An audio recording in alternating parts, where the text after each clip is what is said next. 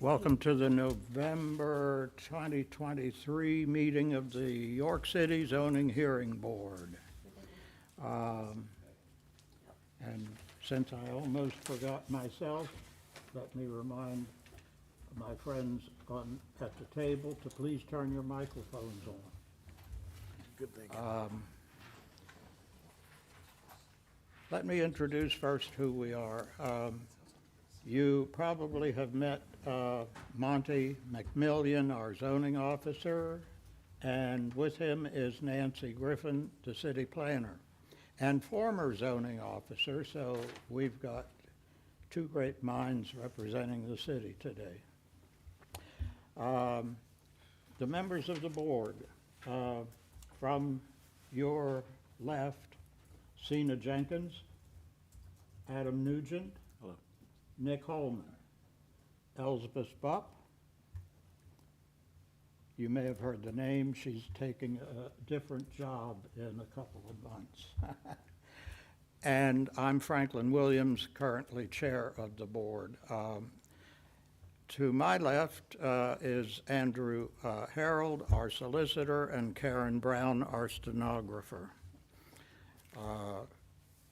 Introducing Karen Brown as our stenographer is a good time for me to remind you that as we proceed this evening, it's very important that only one person speak at a time. Her job is hard enough, but she can't transcribe if two or three people are speaking at the same time. Andy helps me squelch that. Also, if you have a cell phone with you, would you please turn it either off or to vibrate? We all love the William Tell Overture, but we don't want to hear it in the middle of a case this evening. I give about a 5-cent, 2-minute review for those of you who haven't been through this before on another matter. Your adventure in zoning probably began with a meeting with or correspondence with the zoning officer to get what is called a zoning determination, where he tells you exactly under the zoning ordinance in effect right now whether you are allowed by right to do what you would like to do with your property, or whether it requires a special exception or a variance or whatever, and a hearing from us, or before us. You met with the Planning Commission, I guess, on Monday, and they considered your application. Their focus is supposed to be mainly on whether your proposed use or change with your property is in conformity with or in furtherance of the goals in the city's strategic comprehensive plan. And I guess we are supposed to keep that in mind too. And we also, listening to your application and how you present it, decide whether or not a special exception or a variance from the letter of the law in the zoning ordinance is warranted, is appropriate, is deserved. And that's what we do. And we value the recommendation of the staff and the recommendation of the Planning Commission, but that's all the Planning Commission does is recommend to us. We make our decision here this evening after hearing your case.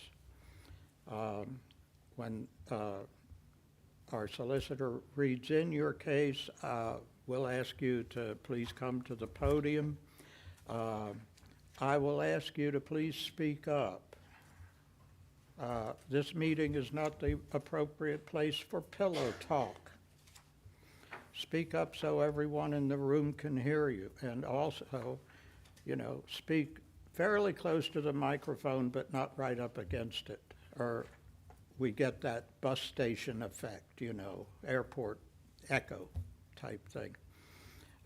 We are supposed to be streaming live, and also previous meetings are supposedly available, I believe they are, on the city website. So that's why it's important that we speak up, or the viewing public, and I'm not sure if that's 3 people or 300 people, will think, well, their mouth is moving, but they're not saying anything. We'll ask you to present your case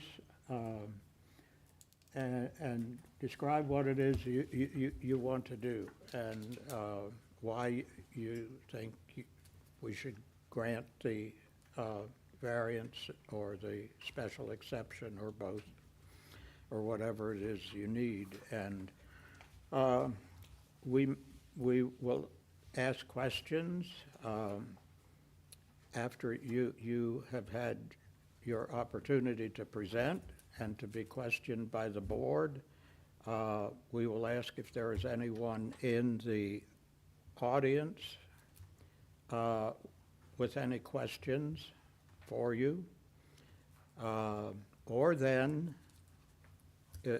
we will ask if there is anyone in the audience who wants to give testimony on the matter. We'll give you a chance to sum up. If there's anything that you think you should add to your presentation, we will close the case. We will deliberate right here in front of you. Once or twice in my 22 years, we've gone back in the secret meeting room. I lived in Florida. We had government in the sunshine before anybody else.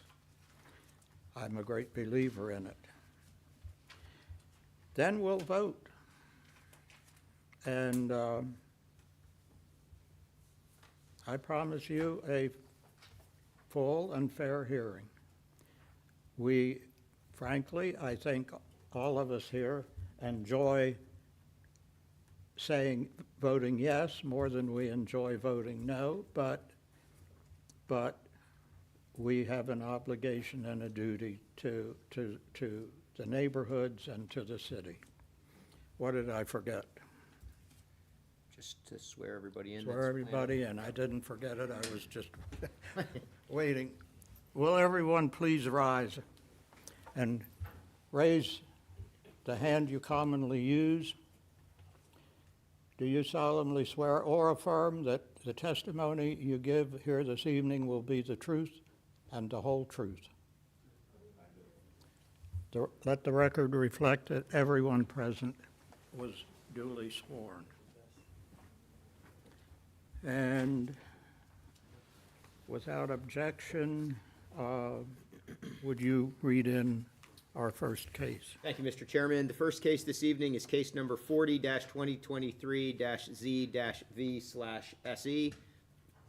Excuse me. The applicant and owner of the subject property is Summix Holdings, LLC, of 980 Summit Circle South, York, Pennsylvania.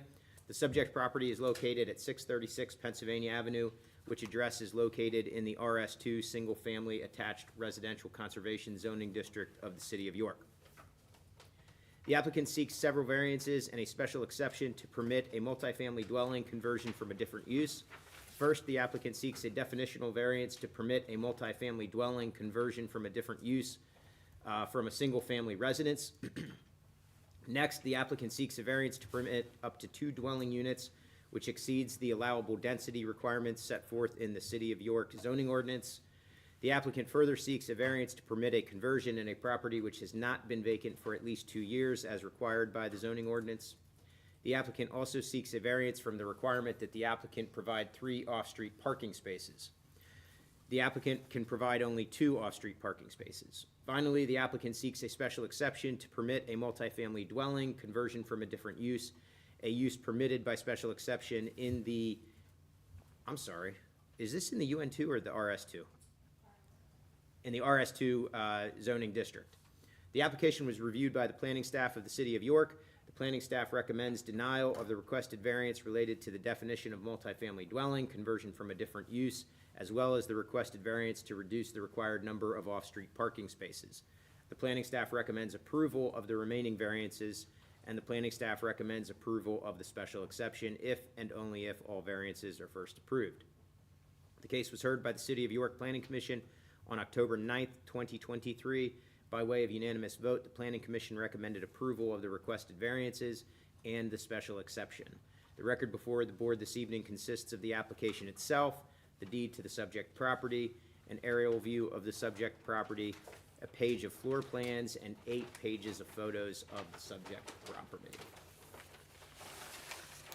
Thank you. Will the applicant, and I believe you have your attorney with you, please come to the podium and give your full names and addresses for the record.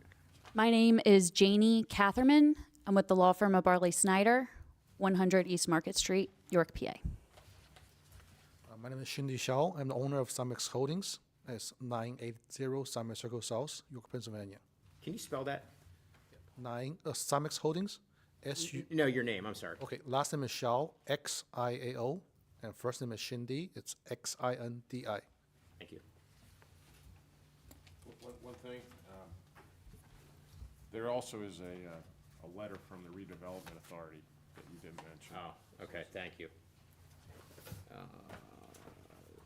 Oh, there is.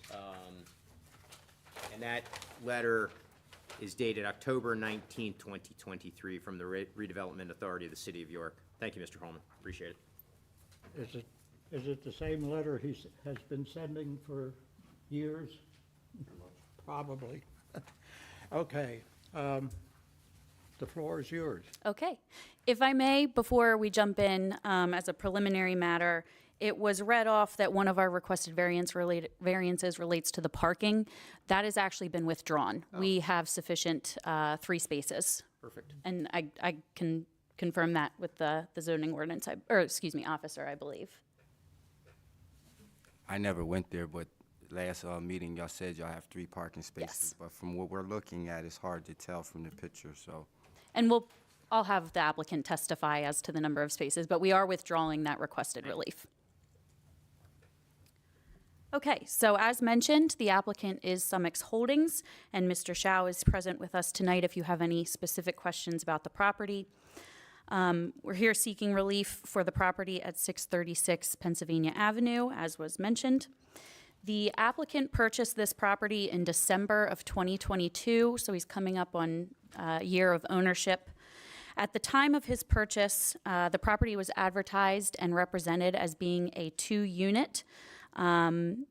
It was already being occupied and used as a 2-unit. However, after his purchase, the applicant came to discover that this is in fact only licensed as a 1-unit property. So upon that discovery, that's the reason we're here. He immediately reached out and wanted to amend or correct that legal discrepancy. As mentioned, the property is zoned RS2, Single Family Attached Residential Conservation District. The property was, as mentioned, previously converted to 2 units under the prior ownership. It is estimated that it was being utilized as a 2-unit dwelling for approximately 10 years, maybe more, based on some of the appliances and the layout. We're guesstimating that it would be about 10 years that it's been used as a 2-unit dwelling. As shown in some of the images in your exhibit packets that were submitted with the application, all utilities for these 2 units are separated with the exception of heat, which the applicant, as the landlord, pays.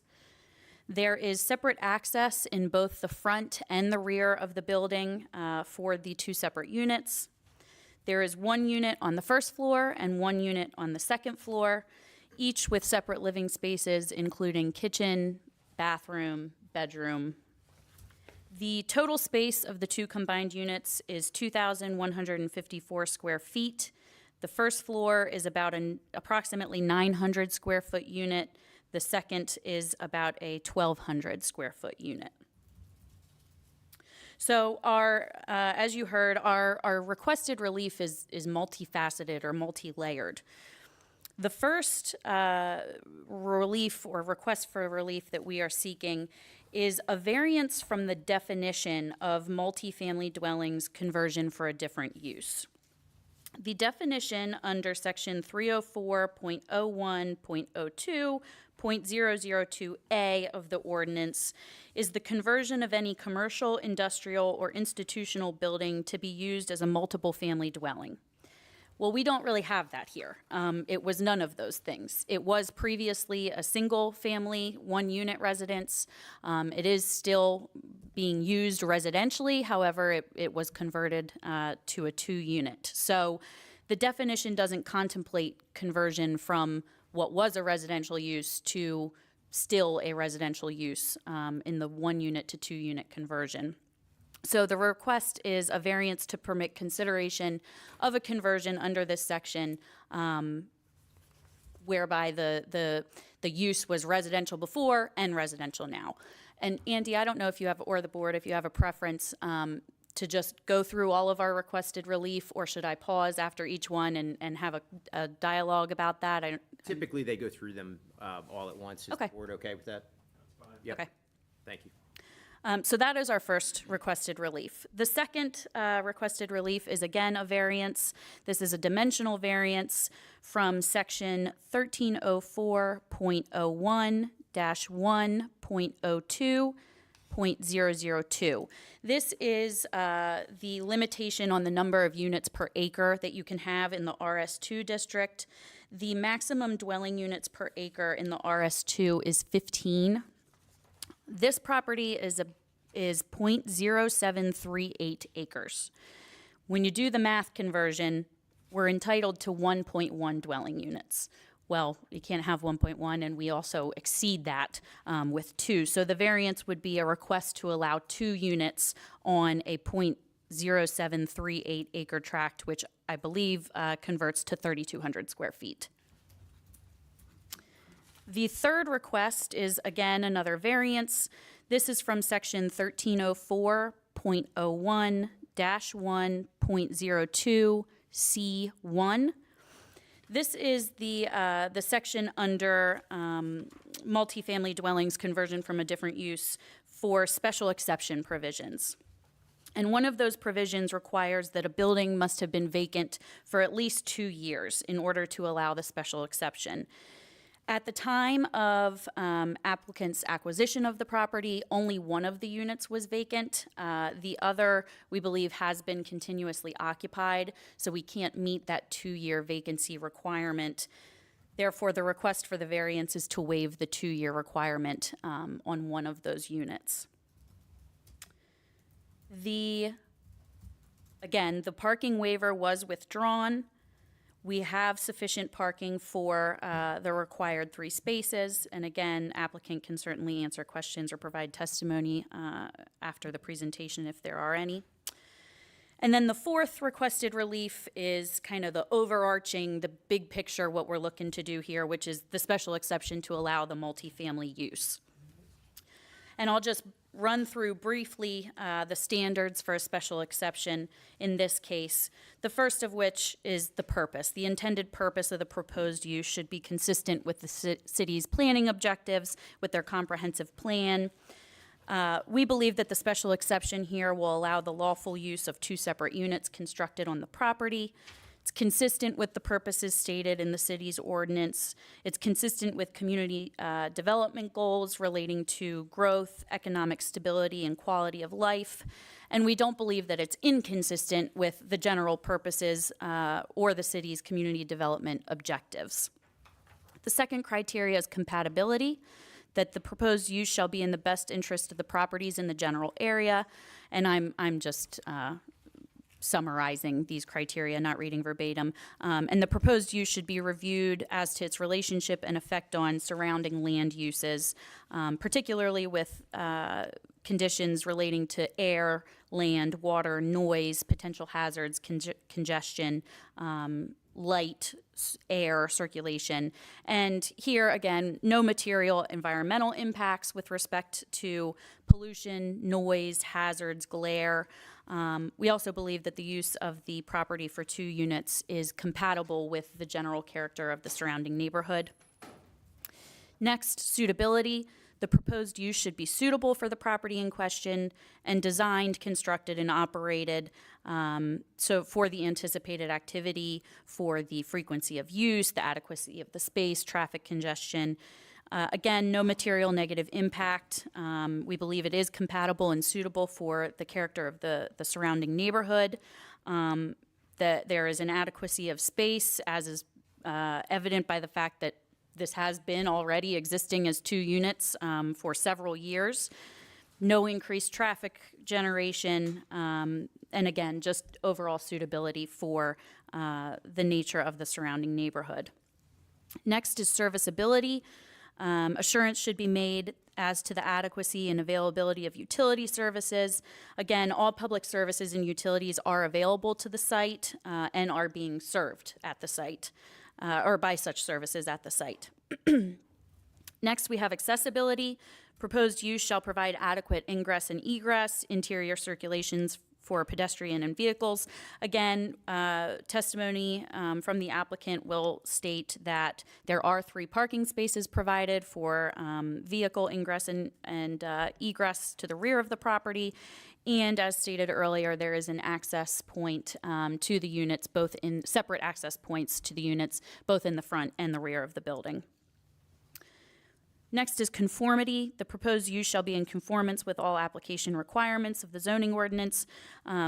With the exception of what we're here tonight requesting, the property is in conformance with the zoning ordinance. Next, we have congestion. That the proposed use won't substantially increase traffic congestion. Again, no material impact, negative impact on traffic. Public safety, the proposed use shall not increase danger of fire or otherwise endanger public safety. We do not believe that the proposed use as a multi-unit or a 2-unit will increase the danger of fire or negatively impact public safety. Overcrowding, the proposed use will not overcrowd land or create undue concentration of population. The proposal for the 2 units will not create overcrowding, and again, we believe that it's consistent with other uses, residential uses in the neighborhood, and with the relative density that's in the surrounding zoning district. Light and air, the proposed use will not impact or impair light and air. Applicant is not proposing any sort of alteration, improvement. Nothing is being performed at the property. Again, it's just the discovery after his purchase of, oh, this is only licensed for 1 unit, that caused us to come here. So no proposed improvements, nothing that would alter light or air to adjacent properties. Impact, the proposed use will not adversely affect transportation or unduly burden water, school, parks, public facilities. We do not believe it will cause any material negative impact on any of those named public facilities. And then the last of the criteria is related to the 100-year floodplain. This is inapplicable because the property is not in the 100-year floodplain.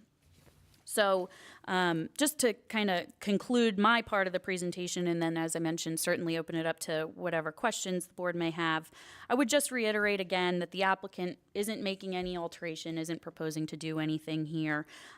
Nothing material will be observed by the granting of the relief requested. The property will exist today as it will tomorrow. No observable impact, negative or otherwise, and that the applicant is simply looking to make the legality match the reality of the situation at the property. So that's what I have, but certainly open it up to any questions from the board. Does the board have any questions for the applicant or his counsel?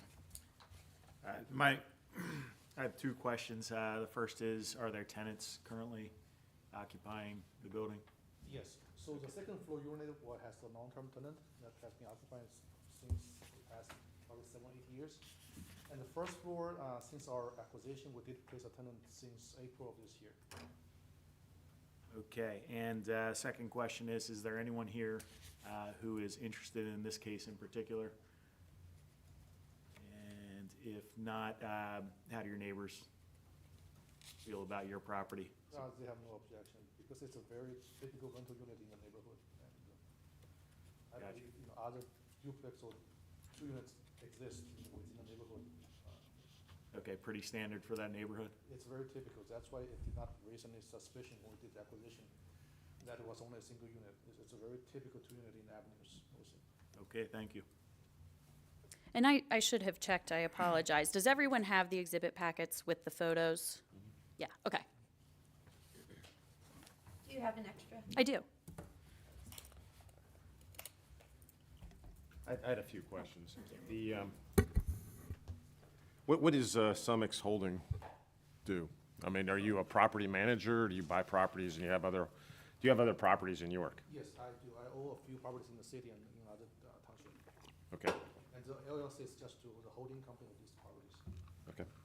And the other question I had was, what did the realtor say? I'm sure you went back to him after you found out that it was listed as a single-family home, and now, but it was sold as a multi-unit.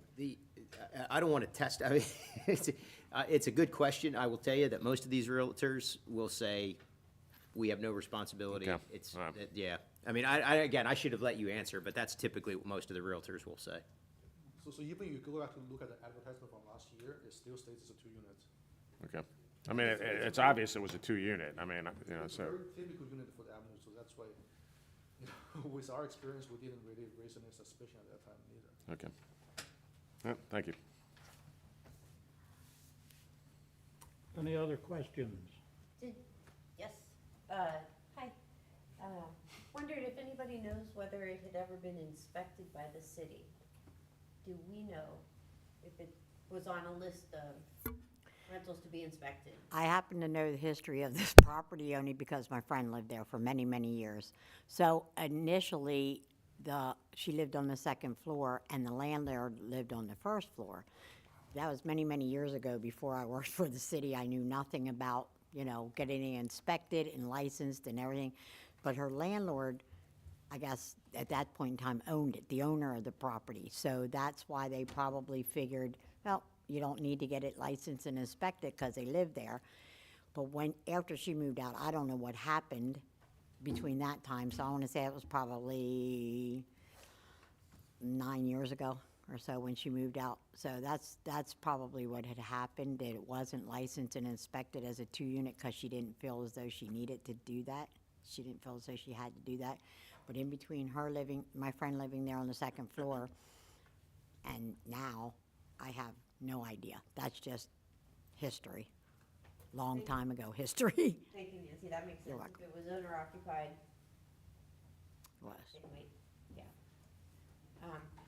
Here's a question. Were you planning, or are you planning to self-manage the property or use a third party? It's professionally managed by Sherman Properties. And they're engaged already to handle that? I guess they don't look into the zoning aspect of anything, they just are hired to manage the Correct. apartment, okay? And is there a neighboring property, or do you own the two properties? It's a duplex. I do not own a neighboring property. So there's another property on the other side of the wall. Correct. And so then the backyard, there are two backyards? Yes, there's two backyards. There's a fence between the two. At the end of the yard, Mhm. there looked to be parking for your property and parking for the neighbor. And so it looked like each house on that one picture on the overhead appears to show that there are two parking spots at the rear of the property. Looks like it for almost, so if I'm looking at the right one, the correct property, is there something extra green in yours, or is that the neighboring? That's a neighbor, so my property is on the left. On the So, left. yeah, there's a paved cement pad. I see that. Between the properties, and there is enough space for three, but there's never marked that there's no, lines drawn to show three spaces, but if we want to fit three, we can fit three there. Do you know what the measurement is? Unfortunately, I do not have that. Do we know what the minimum measurement is, parking width is required for a car? The zoning probably says you have to have like 7 feet, 8 feet, 9 feet for a vehicle.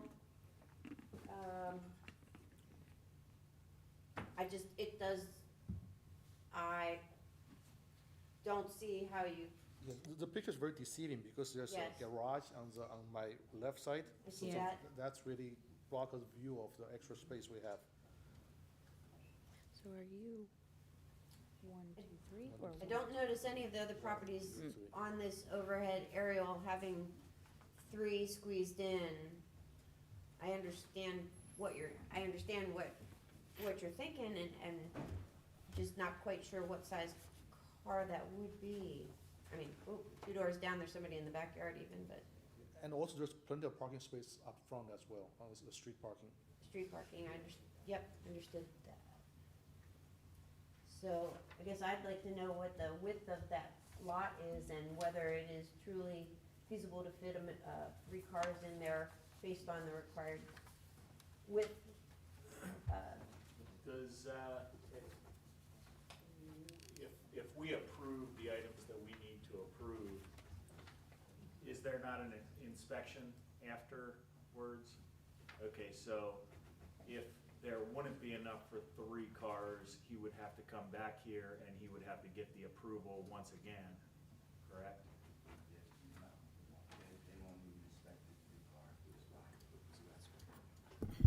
When they do a tenant occupied inspection, they do not do the parking. They don't just do, look for the parking. no, they just do the building. So whenever we're going on information for parking, we're strictly taking everyone at their word? No, normally we ask for a picture of the parking, and the people that dropped off the paperwork was somebody from the lawyer's office. So every time I asked, she wasn't sure. So that's why I left the parking variance in there, because I wasn't sure. Gotcha. Because as you can see, it's really a shared parking for the neighbors, so, somebody's parking in the middle as well. So we never really had a shortage of parking space in the back. There was no complaint from the neighborhood. And I understand you did pull it from your request so that as it's pulled from the request, I don't even know if we're. Well, it's in they're not, writing, but- I mean, they're not requesting that variance. They are required to provide 3 Okay. as a result. So that it's, If they can't, Mhm. then it's. they would be in violation technically. Okay, so I guess we don't need to talk about that one anymore.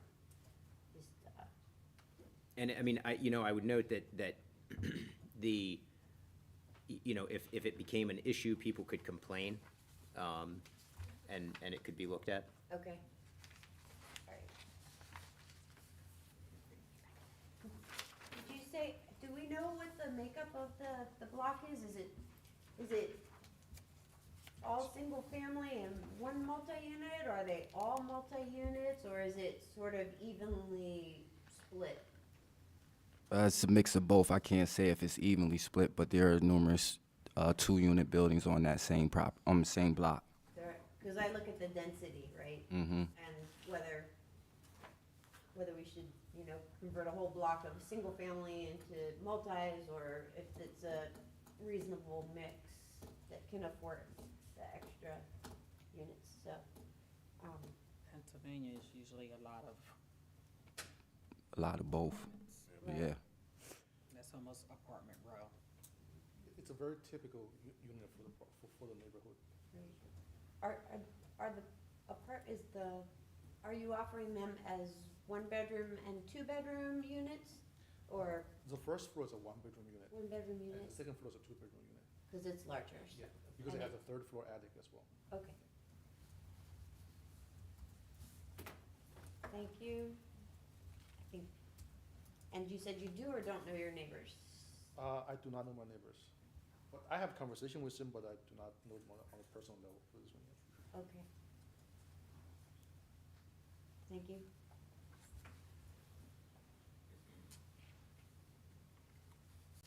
Any other questions? No. Okay, anything you'd like to add? I have nothing to add. Do you want to add anything else? Okay, I think we have enough information. Thank you. We can close, and this is, we get this type of case at least once every 2 months, and I think this evening we have two. It's an attractive property on the outside, and by the pictures, it's well-maintained on the inside. It's been functioning as 2 units for an estimated 10 years. I should not speak about a conversation I had with a neighbor today, or should I, or may I? I would not. That neighbor's not here. Okay. No, but I am. Anyway, I can tell you my experience, and that was about 1:30 this afternoon. There were, I would say, quite enough available parking spaces on the street. My suspicion is that, like many neighborhoods, parking is not scarce during the day, but may become scarce sometimes in the evening.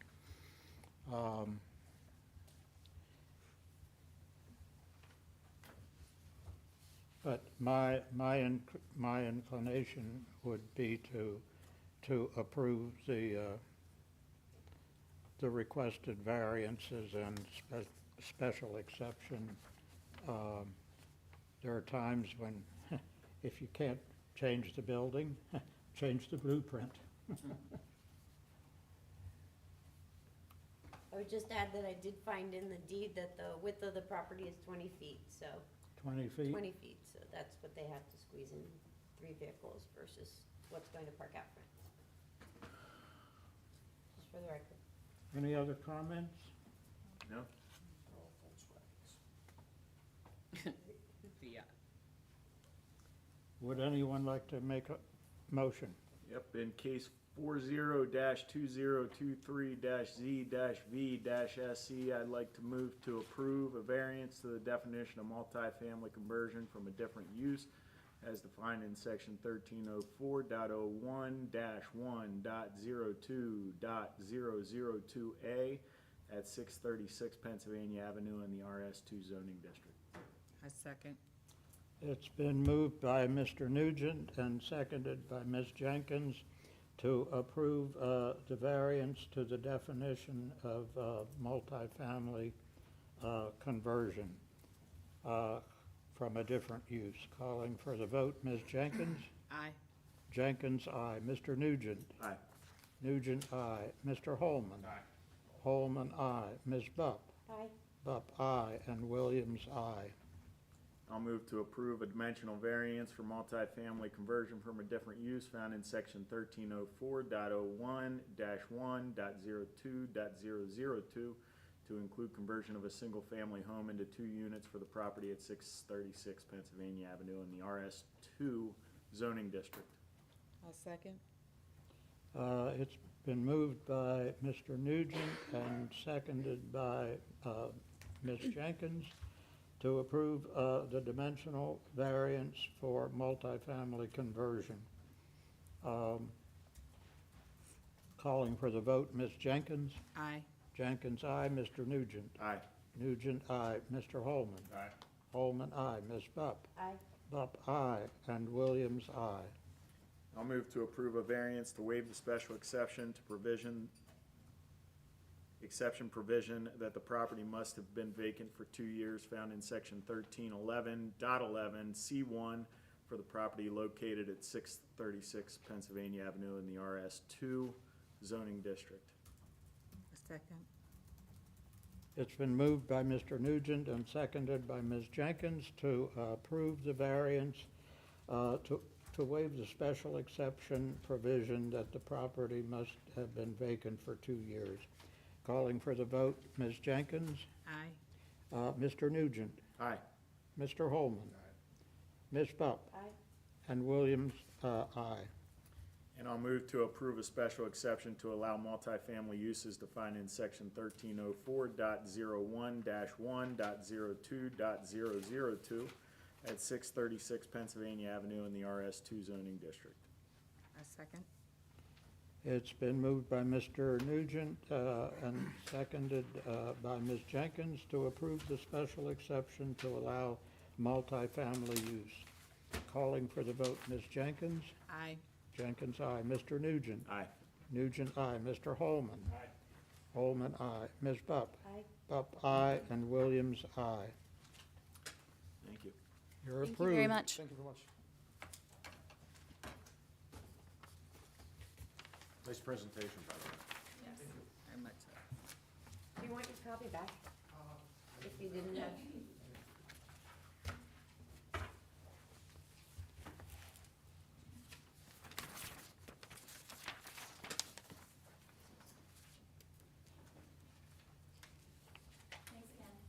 Thank you. Thank you.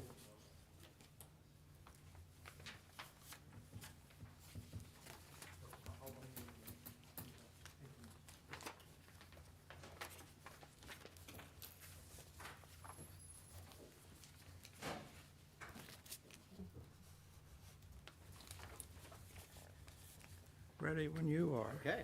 The next case is case number 44-2023-Z-V/SE. The applicant and owner of the subject property is Regalo Willoughby of 160 West Market Street. The subject property is located at 611 West Market Street, which address is located in the UN1 Urban Mixed Residential Commercial Zoning District of the City of York. Applicant seeks a variance and a special exception to permit the property to be used as a rooming house. First, the applicant requests a variance to permit rental rooms which do not meet the required 250 square feet required by the zoning ordinance. Next, the applicant seeks a special exception to permit a rooming house in the UN1 zoning district, a use permitted by special exception in the UN1 zone. The application was reviewed by the planning staff of the City of York. The planning staff recommends approval of the requested variance and denial of the requested special exception. The case was heard by the City of York Planning Commission on November 13th, 2023. By way of majority vote, the Planning Commission recommended approval of the requested variance. The Planning Commission failed to reach a majority vote on the requested special exception, and therefore no recommendation is set forth. The record before the board this evening consists of the application itself, the deed to the subject property, an aerial view of the subject property, a street view of the subject property, 1 page of floor plans of the subject property, and 20 pages of blueprints and photos depicting the various proposed units of the subject property, including units and labeled units 1 through 6. You skipped the case before that. Well, that was fun.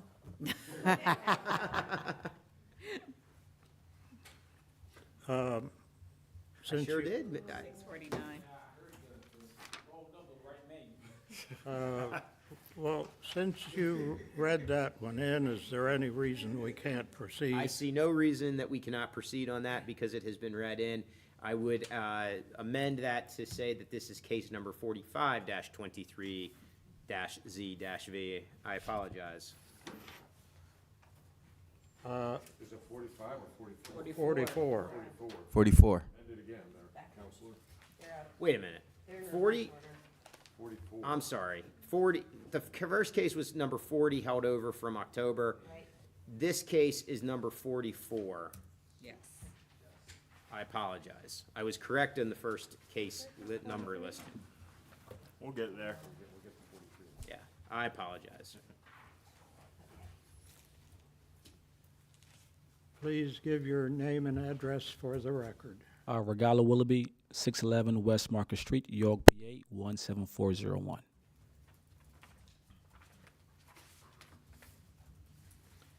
I love your last name. It sounds like something from Downton Abbey or Masterpiece Theater. It is English, yeah. Tell us about the property and what you'd like to do with it. Okay, I acquired the property in 2016. When I acquired it, it was listed as a rental for sale. Around 2020, thereabout, before COVID, myself, my lady at that time, and my mom were residing at home. I came to the office to inquire how to turn the property into 4 units. During COVID, the facilities was closed down, so I had opportunities to really follow up and give information. In any event, my mom had a stroke and things turned for the worst, to say the least, so I kind of hastened up my process in converting the situation. A year ago, I got the conversion completed, and I started, because I was still living there, I started to rent the location out. I rented out to one individual who was on dire looking for a place, and it was a bad equation. I went to the magistrate office, Mr. Morgan office, and he asked me, do I live there? I said, yes. He asked me, do I have a license for the property? I said, no. He said, well, you know what? I can't hear your case, sir. I said, no problem. I said, what do I need to do? He instructed me to go down to the office and acquire a license for the property. So I went to do just that. When I went there, I was told that the property was never in the system as a licensed property in New York City. I said, okay, so what do I need to do? So they provided me some documentation for me to fill out, have it approved as a single resident situation. But I said, but I want it to be 4. So what they did was they rescind the first as a single family unit and said, you go ahead and put 4 for the 4 apartments, or the case is, and that's what I did. I prepared the same scenario proposal, and I was scheduled to present in September.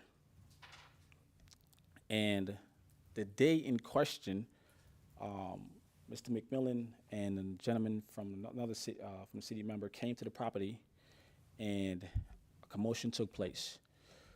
From that commotion, it was allegations that the property was being ran as a illegal room and board. And I'm like, hold up. I'm in the process of getting things rectified, put as it should be. Of course, I wasn't made aware of these situations prior. I didn't understand why I was being penalized for trying to do the right thing at this point in time. That being said, I gave Mr. McMillan a full tour of the property. And they told me it was going to be condemned. And then probably a week went by, nothing. I then petitioned to speak to several individuals. I got an opportunity to have Ms. Watson and Mr. Buffington come out to the property and took a tour. They took the tour, and what I was told, and kind of what I can say is that some of what Mr. McMillan said is that it will serve better as a rooming situation for 5 units with a landlord living there. Mr. Buffington echoed the same thing to me. He also said that if I was to go for a 4 apartment and an additional landlord, because you're going over the 4, and now you require to have suppression devices, sprinkler system, some things that, frankly, financially, I am not able to do. So I said, you know what? I will rescind. When I came to the zoning hearing, I said I'll rescind that proposal and make the modifications to then resubmit for the room and board equation. I didn't think it was gonna be a big problem based on what the recommendations from Mr. Buffington and Ms. Mealy and so forth. So I did do so. However, when I came before the the meeting, it was a holding pattern. I had the opportunity to ask the panel, the ones who denied it, what was the main reason why you denied it? And pretty much they couldn't visualize what the conversion was, and needed to be more clarification beyond the pictures. Now, they say a picture paints 1,000 words. So what I did within the time period, I actually did a video, so we could actually take a guided tour throughout to complement the images that are presented before you in the photos. If you mind me, give me 1 second to wrap things up.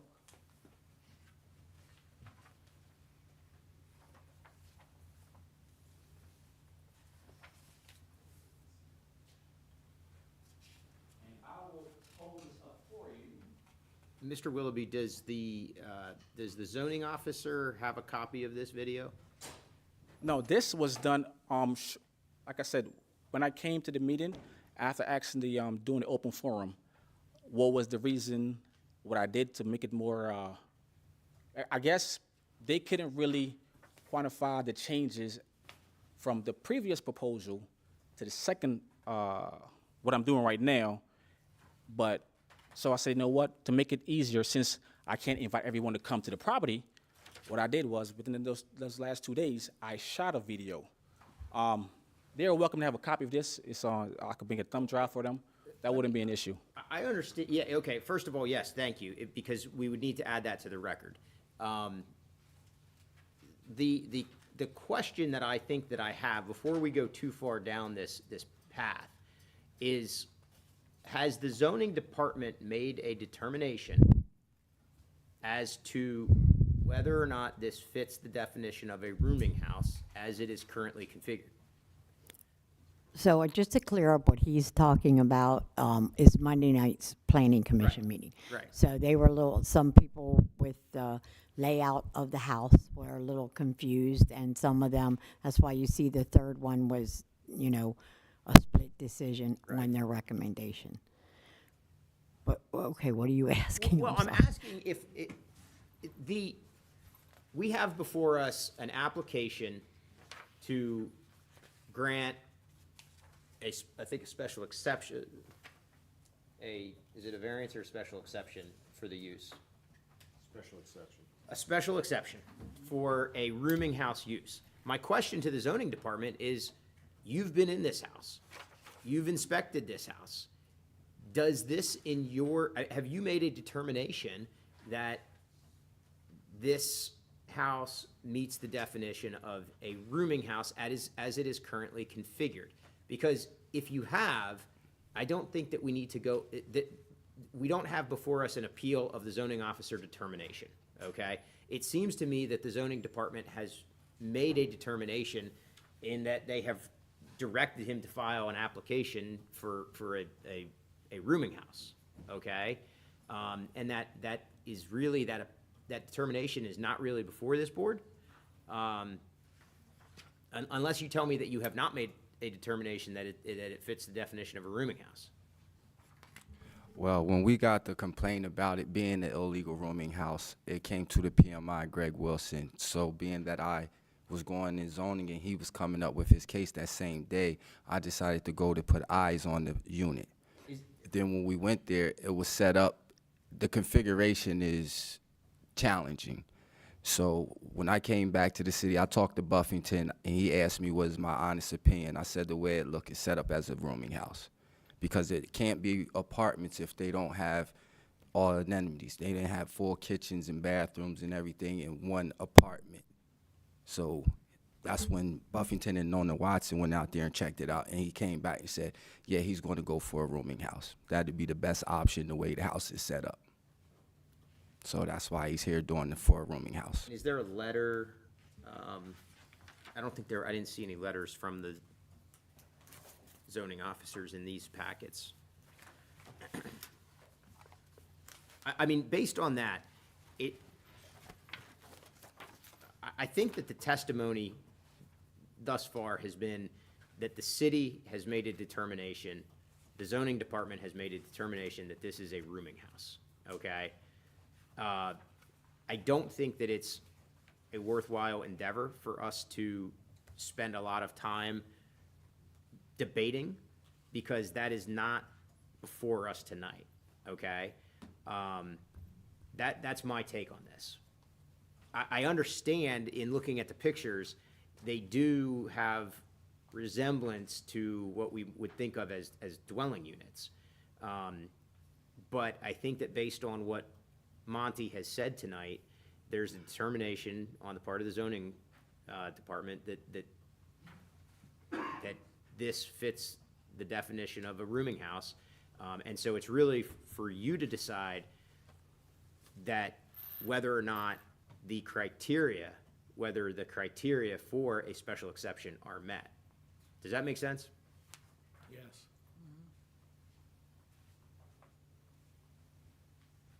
I don't want us to go down a side path that is sort of not really the relevant issue at hand for this board. In other words, it's not in our hands to discuss whether this should be apartments or should be rooming houses. We need to look at it as rooming houses as per this. That's what that's what the zoning department has determined that this is essentially being used as. Does that make sense? It certainly does. So you're going down the rabbit hole, is that the video? So we don't have I to don't go think we there? need, I frankly don't think that we need to see the video. Because I gotta be honest with you, I'm still confused. I'm kind of like the planning commission. I'm confused on his pictures and what it actually is. I believe at one point it was being transformed into 4 apartments because there's enough kitchens and everything else into it. And now it's being considered to be a rooming house. So I'm confused. I mean, I'm just confused on the package itself. If you want to watch the video, I don't have a problem with it. I would just ask that Mr. Willoughby make sure we get a copy of the thumb drive so that we Yeah. can add that to the record. So for some clarity, just to simplify things, he went for a 4-unit, it doesn't meet a 4-unit specification, okay? So now rooming house is the best. However, for a rooming house, he has a little bit more than what a typical rooming house would have. So he has more bathrooms, couple little kitchenette things, or whatever you want to call it. So he has more than one house with 6 rooms, 1 bathroom, 1 kitchen to share. So it's a little bit more, but it doesn't meet the 4-unit, but could meet the rooming house specifications. And another question, though, is, are you planning to live there? That is I correct, saw, sir. I think it was Yes, sir. 5 or 6 or something was the residence of the owner. Yes, sir. I will be living on site. Yes, sir. Okay. I would just, as to clarity, it looks like Unit 3 and Unit 4, Unit 3 and Unit 4 look like the 2 that don't have kitchens. And maybe there's a shared space or something for that. Yes. Matter of fact, it will be helpful, advantageous for me to show you the video. But for clarity, for quick sake, I'll say this much: each unit has a refrigerator and microwave. The unit 5, which is on the on the 3rd floor, has its own kitchen, has its own bathroom. Unit 1, which is on the 1st floor, has its own kitchen and bathroom. Unit 2, 3, and 4 share a bathroom. My dwelling, I have my own bathroom and my own kitchen and my own bedroom. Thank you, that helps. The one thing I do notice is on the pictures, like for Unit 2, living room, Okay. I don't see a bedroom. I mean, Okay. it's the living room, the bedroom, and it's a Okay. combination thing there. I can elaborate on that. And The maybe, re- your video would show that or something. Yes, actually, I would love to show you. Let me just explain that. There is a futon bed that doubles as you can sit, or you can turn it back into a bed to sleep on. That's the reason why it's labeled in this program.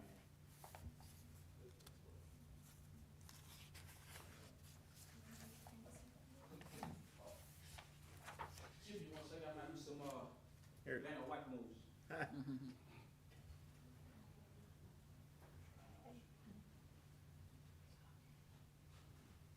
My lovely assistant, she will orchestrate this.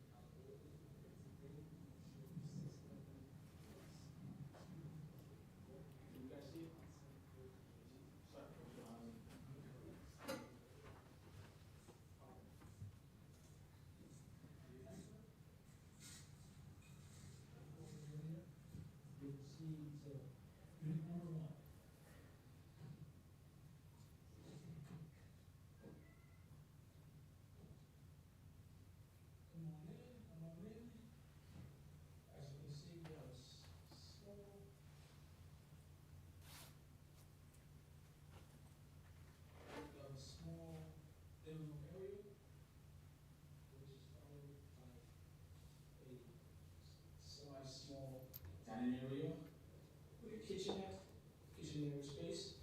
Every unit has a fridge, a microwave. We then proceed to the bathroom.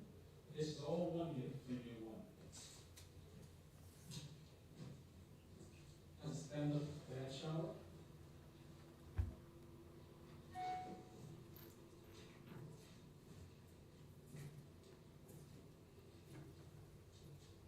It also has its own bedroom.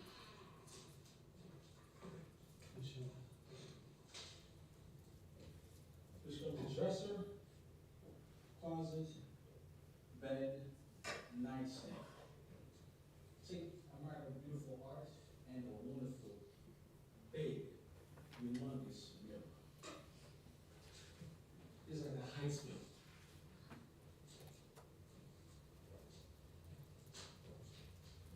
So we have the kitchen area. We have tap lights. We have additional storage on top as well.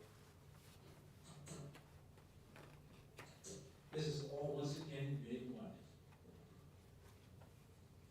We now go to unit two.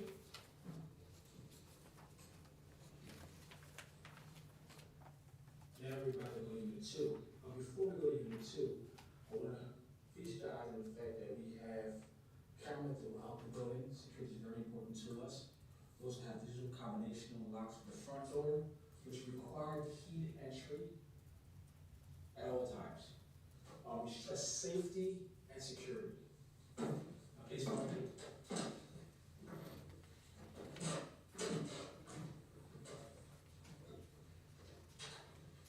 it's a little bit of a hike when we get there. So starting unit two is at the top of the stairs. Once again, upstairs you'll see there's another camera, also sensors. Now we're entering unit two. There's two parts to unit two. There's the living room area, which once again we provide a microwave and a fridge, TV stand. We sometimes do provide TVs. We provide and sofa as well. Now, as you walk around, you will backtrack a little bit. You go around the corner and you'll enter into the bedroom area in two. You do provide the bed, nightstand, closet space, and AC accommodations. We will now go to unit number 3. Now we're leaving unit 2 and we're going to unit number 3.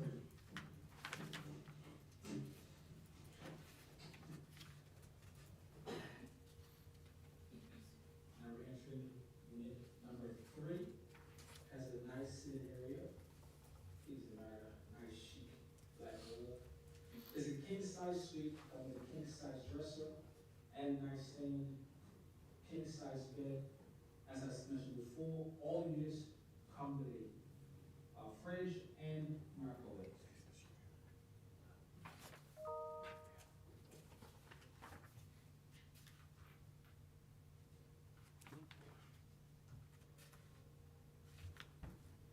Okay, now we're leaving unit 3. We're going to unit 4. Once again, I must say that we do have, you stress security and safety. We're tied into the police department as well as the fire department.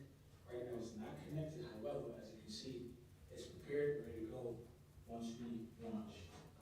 Now we're going to unit 4.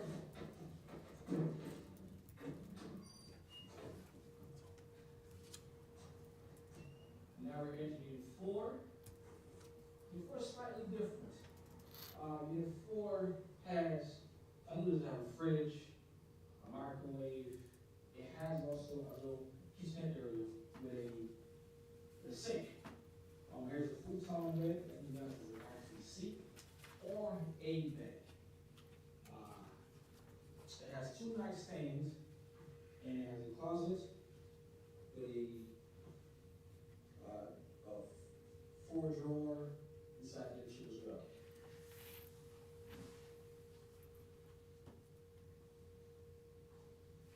Quite efficient. And as I says, welcome to our home. Enjoy. We're just leaving unit 4, and unit 2, 3, and 4 share the same bathroom. We're entering the bathroom, has a sink, toilet, everything that we can provide, and a shower. So once again, unit 2, 3, and 4 share the same bathroom. However, each unit has their own microwave and refrigerator and relaxation space. Now, we're just leaving the bathroom, 2nd floor, and we're going to unit 5. Unit 5 is on the 3rd level.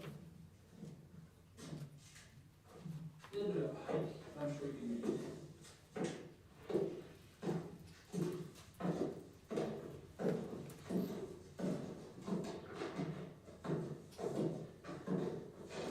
When you actually unit 5, we have 2 parts. When you come inside unit 5, you have the bedroom, which has a seating area. It has 2 nightstands, queen size bed, dresser, closet. Everything, as you see, comes with the property. We're then moving on to the next part of unit 5, where you have the shoe rack,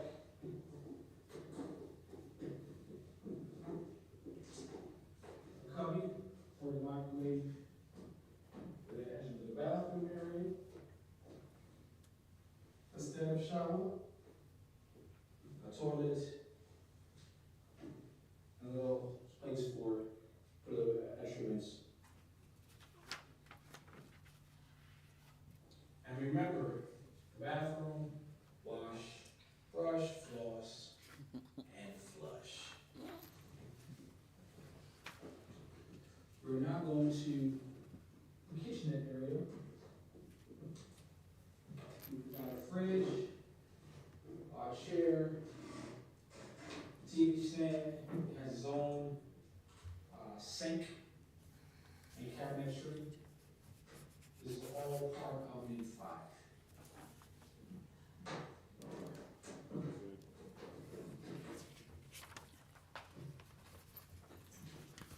Thank you. Appreciate you taking the time to watch this video. I hope it was helpfully clarifying what was done and the changes and making more, having a visual effect to it. You can see what is actually being shown in the photographs to the proposal. Thank you very much. It was a pleasure. Have a good day. Now, in case of emergency, we do have a back exit. When you come through the hallway, you will walk all the way down to the very end, you pass the, what you probably call the owner's quarters, and you go down the stairs.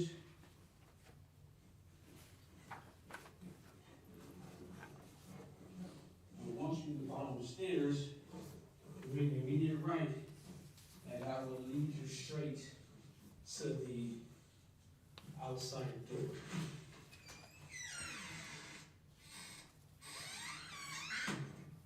Multiple ways to evacuate the premises if there was to be evacuation required.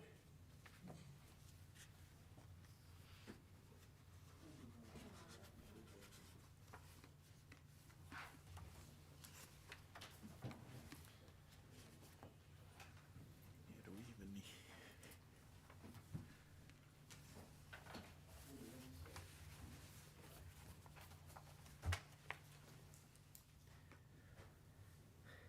I trust that was informative and helpful. That was pretty clear. Any questions? I have no question. I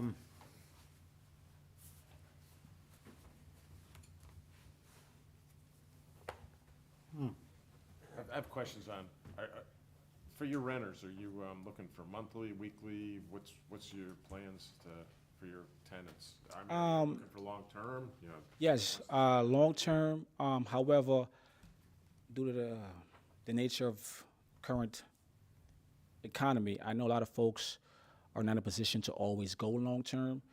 So I do provide short-term, mid-term, and long-term. I do have a question. What are your neighbors? Do you know your neighbors? Oh, yes. Actually, my neighbors changed a couple times. The folks to facing the building to my left, they just recently acquired the property not too long ago, and they did some renovations to it. It seems as though it's a mixed group of folks. The building to the right of me, that's vacant. Since I've acquired that particular building, there have been numerous transitions. It's not really been a stable situation for whatever reason. Okay. And do your neighbors know? Oh, yes. They know me quite well. You guys talk? Yes. The neighbors who've been there the longest, like aside from the ones on the side of me, the ones that share the same parking, I know them all by name. They have my number. I know them. Good Yeah, relation. we know each other. Yes, yes, All right. yeah.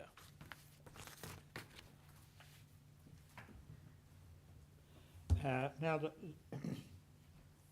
there's a picture, I think I saw a picture somewhere, oh, here, the parking lot. That would be right along Clark Avenue, That is correct, sir. which is really an alley, but we're to call them avenues.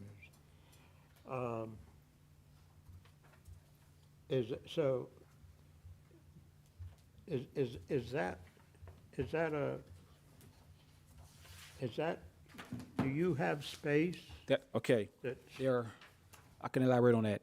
There are 20 spots there, 4 of which are mine. Dutch Heating, excuse me. They have 4 as well. It wouldn't be an issue to acquire more through the management company, but it meets the requirement that I was asked to for the specific situation, which is to have 4 spaces, which I currently do have. Says in the thing, too. It says 4, so he has 4 spaces. I was in that parking lot about 3 weeks ago because my mom was looking at the house 2 doors down as a possible purchase. Okay, So okay, we're like, okay. Where's the parking? So I've been there. I've Good. seen it. A bigger building. So to summarize, it does look like, so you have through the video, which is great, and your packet, which is beautiful. Floor 1, there's 1 unit. Correct, Floor 2 is where you have the 3 correct. smaller spots and shared. And then floor 3 is the one large apartment, a single, all of floor 3 is one Correct, unit. correct. So, okay. And I wonder, do you own any other properties in the city? I manage a few other properties in the city. You manage yeah. them for other people? Correct. So you have experience managing Yes, ma'am. properties, and your application has you at a different address. Is that your business address? On West Market Street, That's the same address. 120? 120 is the mailing. 160 West Market. 160 is the mailing address where we receive business mail. Okay, But I actually reside at 611 West Market Street. okay, that's your mailing address, got it. Which, do you have one of these apartments specifically, or do you? Okay. In the pictures, you can see I didn't take a camera of that because it was kind of messy at the point in time. But it's 3,600 square feet. My portion is pretty much the back half of the building on the second floor and first. Oh, maybe we didn't have to see pictures of that because that's not Yeah, what you're yeah, requesting yeah, approval yeah. for. So there is more to the building Yes, ma'am. than what we Yes, ma'am. saw. Yes, ma'am. Okay, Yes, I missed ma'am. that. The Thanks. landlord's residence. Oh, I missed that. Yeah. Thank you. Yeah, that's not in the video. Okay, landlord's residence separate from Thank you. the I was 5. curious where you were living too. That just answered it, so. Got it. What is the square footage of the building? It seems. huge. 3,625, I believe. Thanks. I didn't think you was ever gonna get to the end. It was like it goes on and on. Big building. It was a lot of work, a lot of work, Huge. a lot of work. Huge. Thank The you. work you did I'm on it is just really curious. nice though. I mean, his first variance, number one, the minimum room size, is that a requirement? I mean, 250, I mean, it seems like everything is bigger than 200. Yeah, I think that it's, Two that are 240, I think. yeah. There's only there- one. Okay, just one. There's one that's 240, and that's the, I thought there were two. or Unit maybe two. there, well, I thought I only saw one. Unit two. But, and, It's 4 or 2. It is. Yeah. All right, I won't bring it up anymore. I'm tickled. Unit 2. Unit 2, yeah. Yeah. Well, I like that you're living there. That makes it easier for you to manage, and you keep an eye on how things are going. So Yes, ma'am. that's a plus. Owner occupied is always, And like I, always, not always, it's nice. Owner occupied is nice. and I told Mr. Willoughby, before the meeting that, we are virtual neighbors. And, and I would enjoy, I would, I mean, the pictures, I thought, wow, this looks like the Hilton of rooming house. That's what we try to do. Some of the pictures, really, I would enjoy some time at your convenience. Hey, you're more than welcome to. Walking through, I would love to see this, because we're not used to getting quite this type of rooming house. Raising the bar, sir. And I know that my hunch is that these pictures are accurate and realistic. Probably a good photographer, but that's all right. But I know that you're going to be selective, and not let people in, who are not going to appreciate, quality. Yes, sir. It is units 2 and 3 that are 240 square feet, so just that, for the record. I'm sorry? Units 2 and 3 are 240 square feet. They're the ones that Okay, and apply to the variance. I think we've approved, that variance a number of times. One other thing, Mr. Willoughby, and this is a very nice presentation. Thank you. Are there any areas in the property, you know, for a sleeping room, 240 square feet is pretty good, I think. But are there any sort of common areas? I mean, like a lounge or a, Well, given each room has, I will call it a relaxed area. So folks can entertain a minimum of 1 or 2 individuals. There's not a space where you can have, let's say, your whole family. We do provide a common, well, the few common areas are, well, for the second floor would be the bathroom, but also we have a smoke area and a little barbecue area on the outside of the property where when folks can congregate. That's where most of the large, let's say 5 to 7 or 8 individuals can congregate, as opposed to inside the building.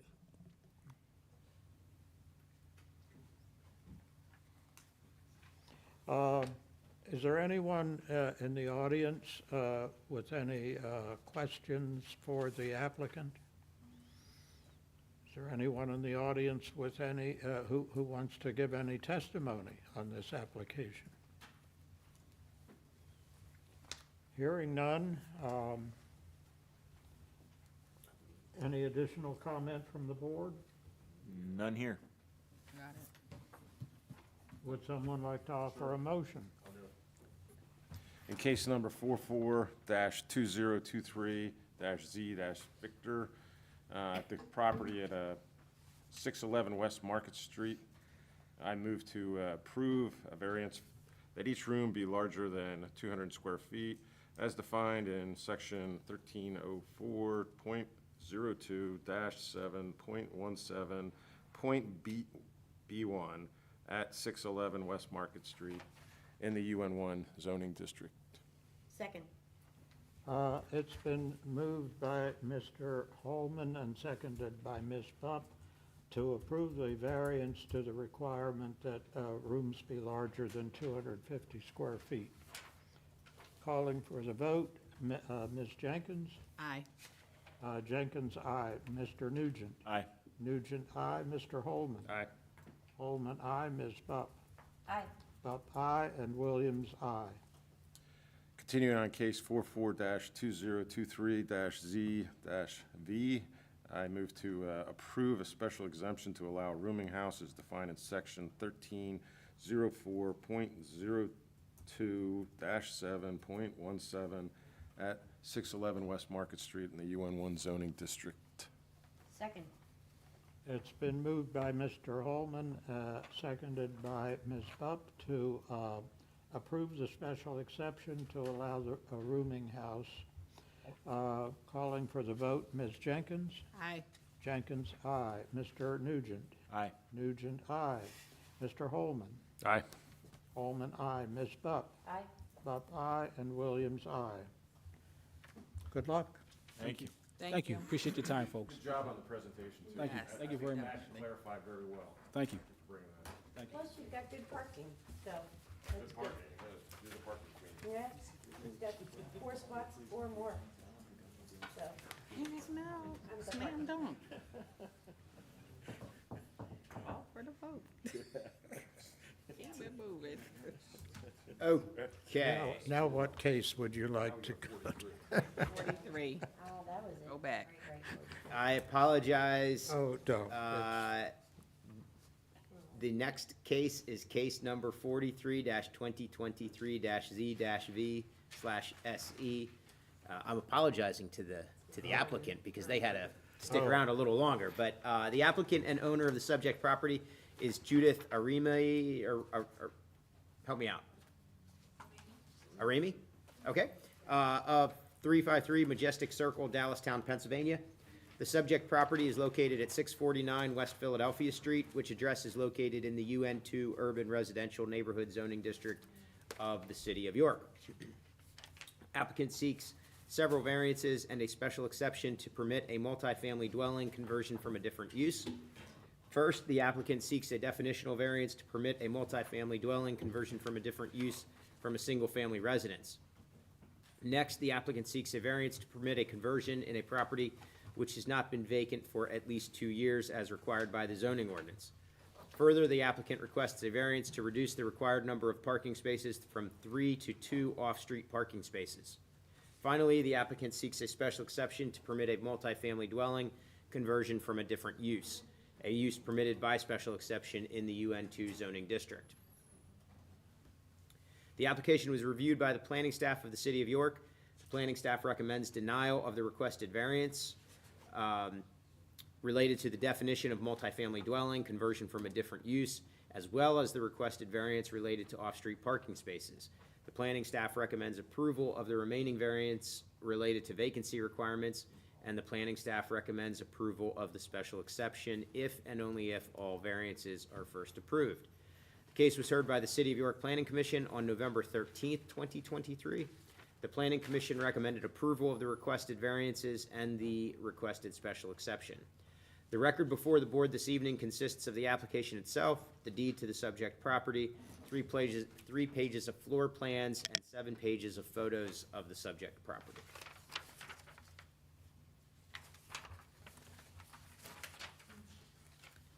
Good evening.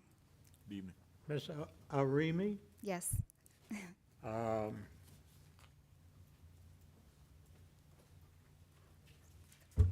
you state Tell your us. name and address for the record? My name is Judith, and I'm the owner of 649 West Philadelphia Street.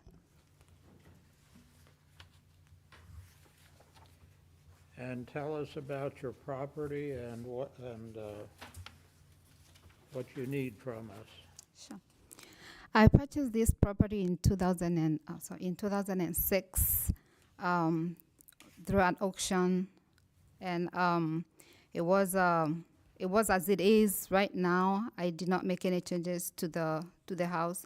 It has the 2 meters, and it was as a 2-unit property. To go back a little back, way before then, my husband lived in the same property, and that's how we knew the person who previously owned the house. He died in an accident, and so it was auctioned, and we found it there, and we picked it up. My husband was a tenant actually on the top unit of the house, and so I'm seeking variance to use it as a multi-unit. Based on the way I found the house, I did not have any reason to think that it was not a 2-unit until and when we purchased the house. I lived in there with my family, my aunt, my brother here, and our children were born in there and raised until we moved out, and then left my brother in there and my aunt, and they subsequently moved out. And so when I tried also to rent out, that's when I came back here, they told me that it's listed as a 1-unit and not a 2-unit. So I'm asking to rectify that. It's not like I'm changing anything that wouldn't. It doesn't have the required parking spaces as it is. So I'm requesting that variance. It does not change the utility. It doesn't, in terms of serviceability, does not, all utilities are in place apart from gas that, it would be paid by the landlord together in there. And the 2 meters that already in place. The heaters downstairs are also in place. So for the 2 units, sorry, I really don't know.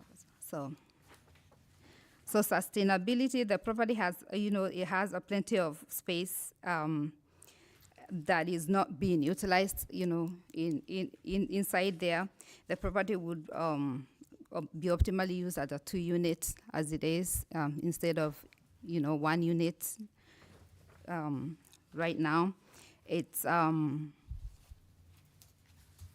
can I say? The utilities are in place. Like I said, the exterior structure does not change. I don't intend to change anything to make any modifications or to the building or to the structure that would affect any of the neighbors or mess with the way the area looks. I don't intend to increase the capacity or the capacity of the property, and it does the proposed use does not involve any fire risks or operations that would jeopardize anything for anyone. So. Like I said again, it does not include any changes that are significant to be made unless some requesting for the waiver to be, for the variance to be granted. Just the way the house is, you can either exit through the front. The 2 units have extra. You can either exit from the back or the front on both of them. The top one can exit from top to the downstairs using the patio or the deck, and they can also use the front door to get outside.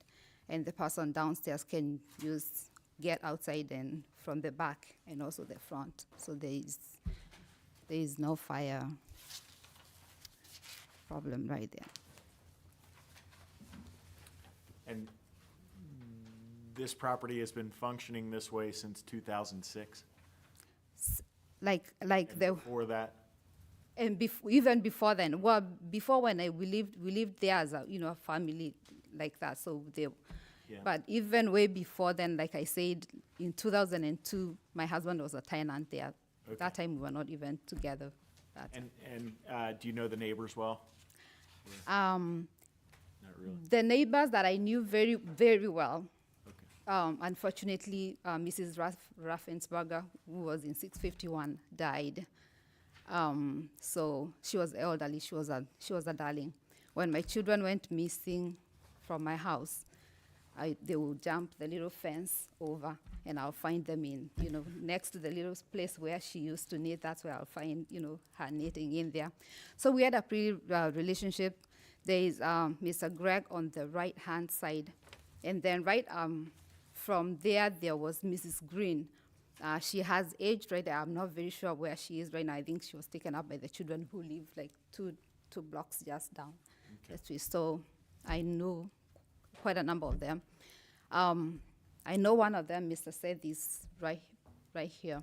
He's one of the neighbors, so I think he has an objection or something, so we will Okay. be talking, yeah. All right, thank you. I have a quick, Yes. quick question, so, oops, okay, oh, I really like your floor plan, I like how you wrote that out. My 16-year-old daughter did that, You did a great job, yes. so, We did not even know how to do it, yeah. it's very she wa- nice, it's nicer than, She did it, nice and big, it's easy to read, thank you. thank you. I see there's a kitchen listed as being on the 3rd floor. Do you know, I mean, I It's, wonder why there's a kitchen on the 3rd It's- floor, and we're not trying to turn it into 3. no, we're not asking turning, For 2 units. it's correct? just 2 units, it's just 2 units. The third floor, the way it is, it's a little like a kitchenette. It's not like a coffee station on there. It's not like a full, yeah. All right, So, but I'm only requesting 2. It appears that you have it appears you have a garage, is that correct? Yes, a detached garage. A detached garage? Yes. And looking at your picture, I'm just curious which one it is. Is it the one that's, because there's 2 garages there, is it the one that has there's like a second floor on it? Or Yes, is the one that has a second it floor. has a second floor, so there's Yes. more storage and stuff up there? Yes, And the road comes right up to your garage? yes. Is that correct? Okay, Yes. so there's no parking right there. I mean, I live in a similar situation, so, I have parked, though, before I have parked on there, like Sideways. side. on the sideways, okay. Mm-hmm. Okay. side by side. You So can park a car and- there. And your tenants would have access to the garage? Yes. Park their cars? That's the Yes. 2 you're talking about? Yes, Okay. Yep. typically they would. I like a garage. Thank you.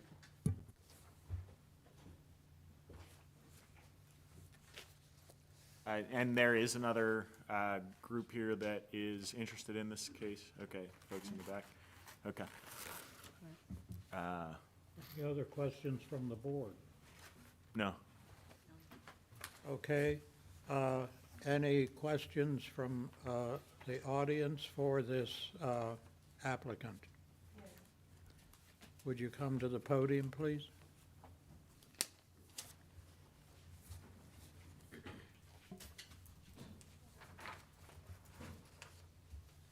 And give your names and addresses for the record. So my name is Nina Roscoe. Our address is 651 West Philadelphia Street. Do you need me to spell I'm it? sorry, what was the address? 651 West Philadelphia Street. We're located right next door to 649. And my name is Seth Eric Springer, and I'm also at 651 West Philadelphia Street. It is attached to the applicant's property. It's part of a duplex. And that has significant bearing on this case and our objection. I acquired that property, and we moved into it. I acquired it in 2016. I've lived there about 7 years now. I had not seen the owners until this summer. When I saw them, I approached them because of an issue I was having with the back of the property. They had lines that were sallied, and I have a picture for the record, to their deck. Now, I'm going to So those wires were hanging there, and we were also experiencing rodent and bug infestation in our property. We called an exterminator, Armor Exterminators. I believe his name is Austin. He came in a couple times, sprayed, put down traps, still bug problems. So we got our own traps. I ordered them online, talked to people. We got bug traps, and we got other stuff that's supposed to sterilize roaches. And it's had some impact, but yet we still have bugs, we still have mice. So Nina, who is joining me tonight, took pictures of the property. These pictures are from this morning, Right. today. So we have pictures for the zoning, and we also have pictures for the board as well, so you guys can check that out. So there's that one. And we also have And one from Mr. the- Springer, did the applicant see this? We have a picture for them as well. That's in their backyard. They can go out at any time during that time period, and they could have seen that. Yeah, We no, can it's- bring it over there That to has them, since though. been corrected. Yeah, we corrected that. We called Verizon, and Verizon came out and they took that down. So here's that. So we're gonna need it. You wanna look at it and?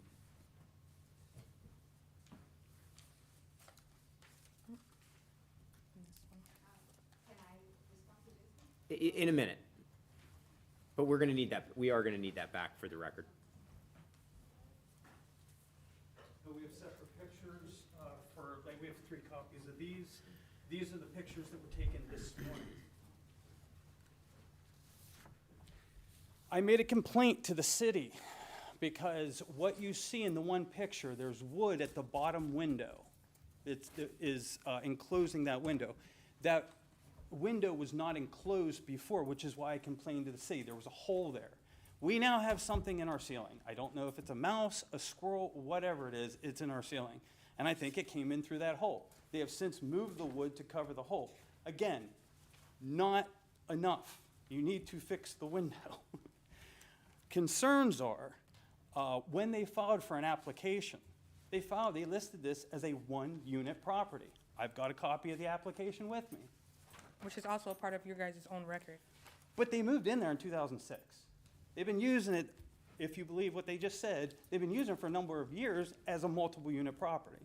And yet, this morning, you see the pictures we took. My understanding is the city is frowning upon. Let me just Okay. back up. I think, are you referring to the previous use of the property where it's listed as 1 unit? Right. I'm referring to this application that was submitted. The date stamp says 3/2/23. I'll show you a copy of this where it is number of dwelling units 1.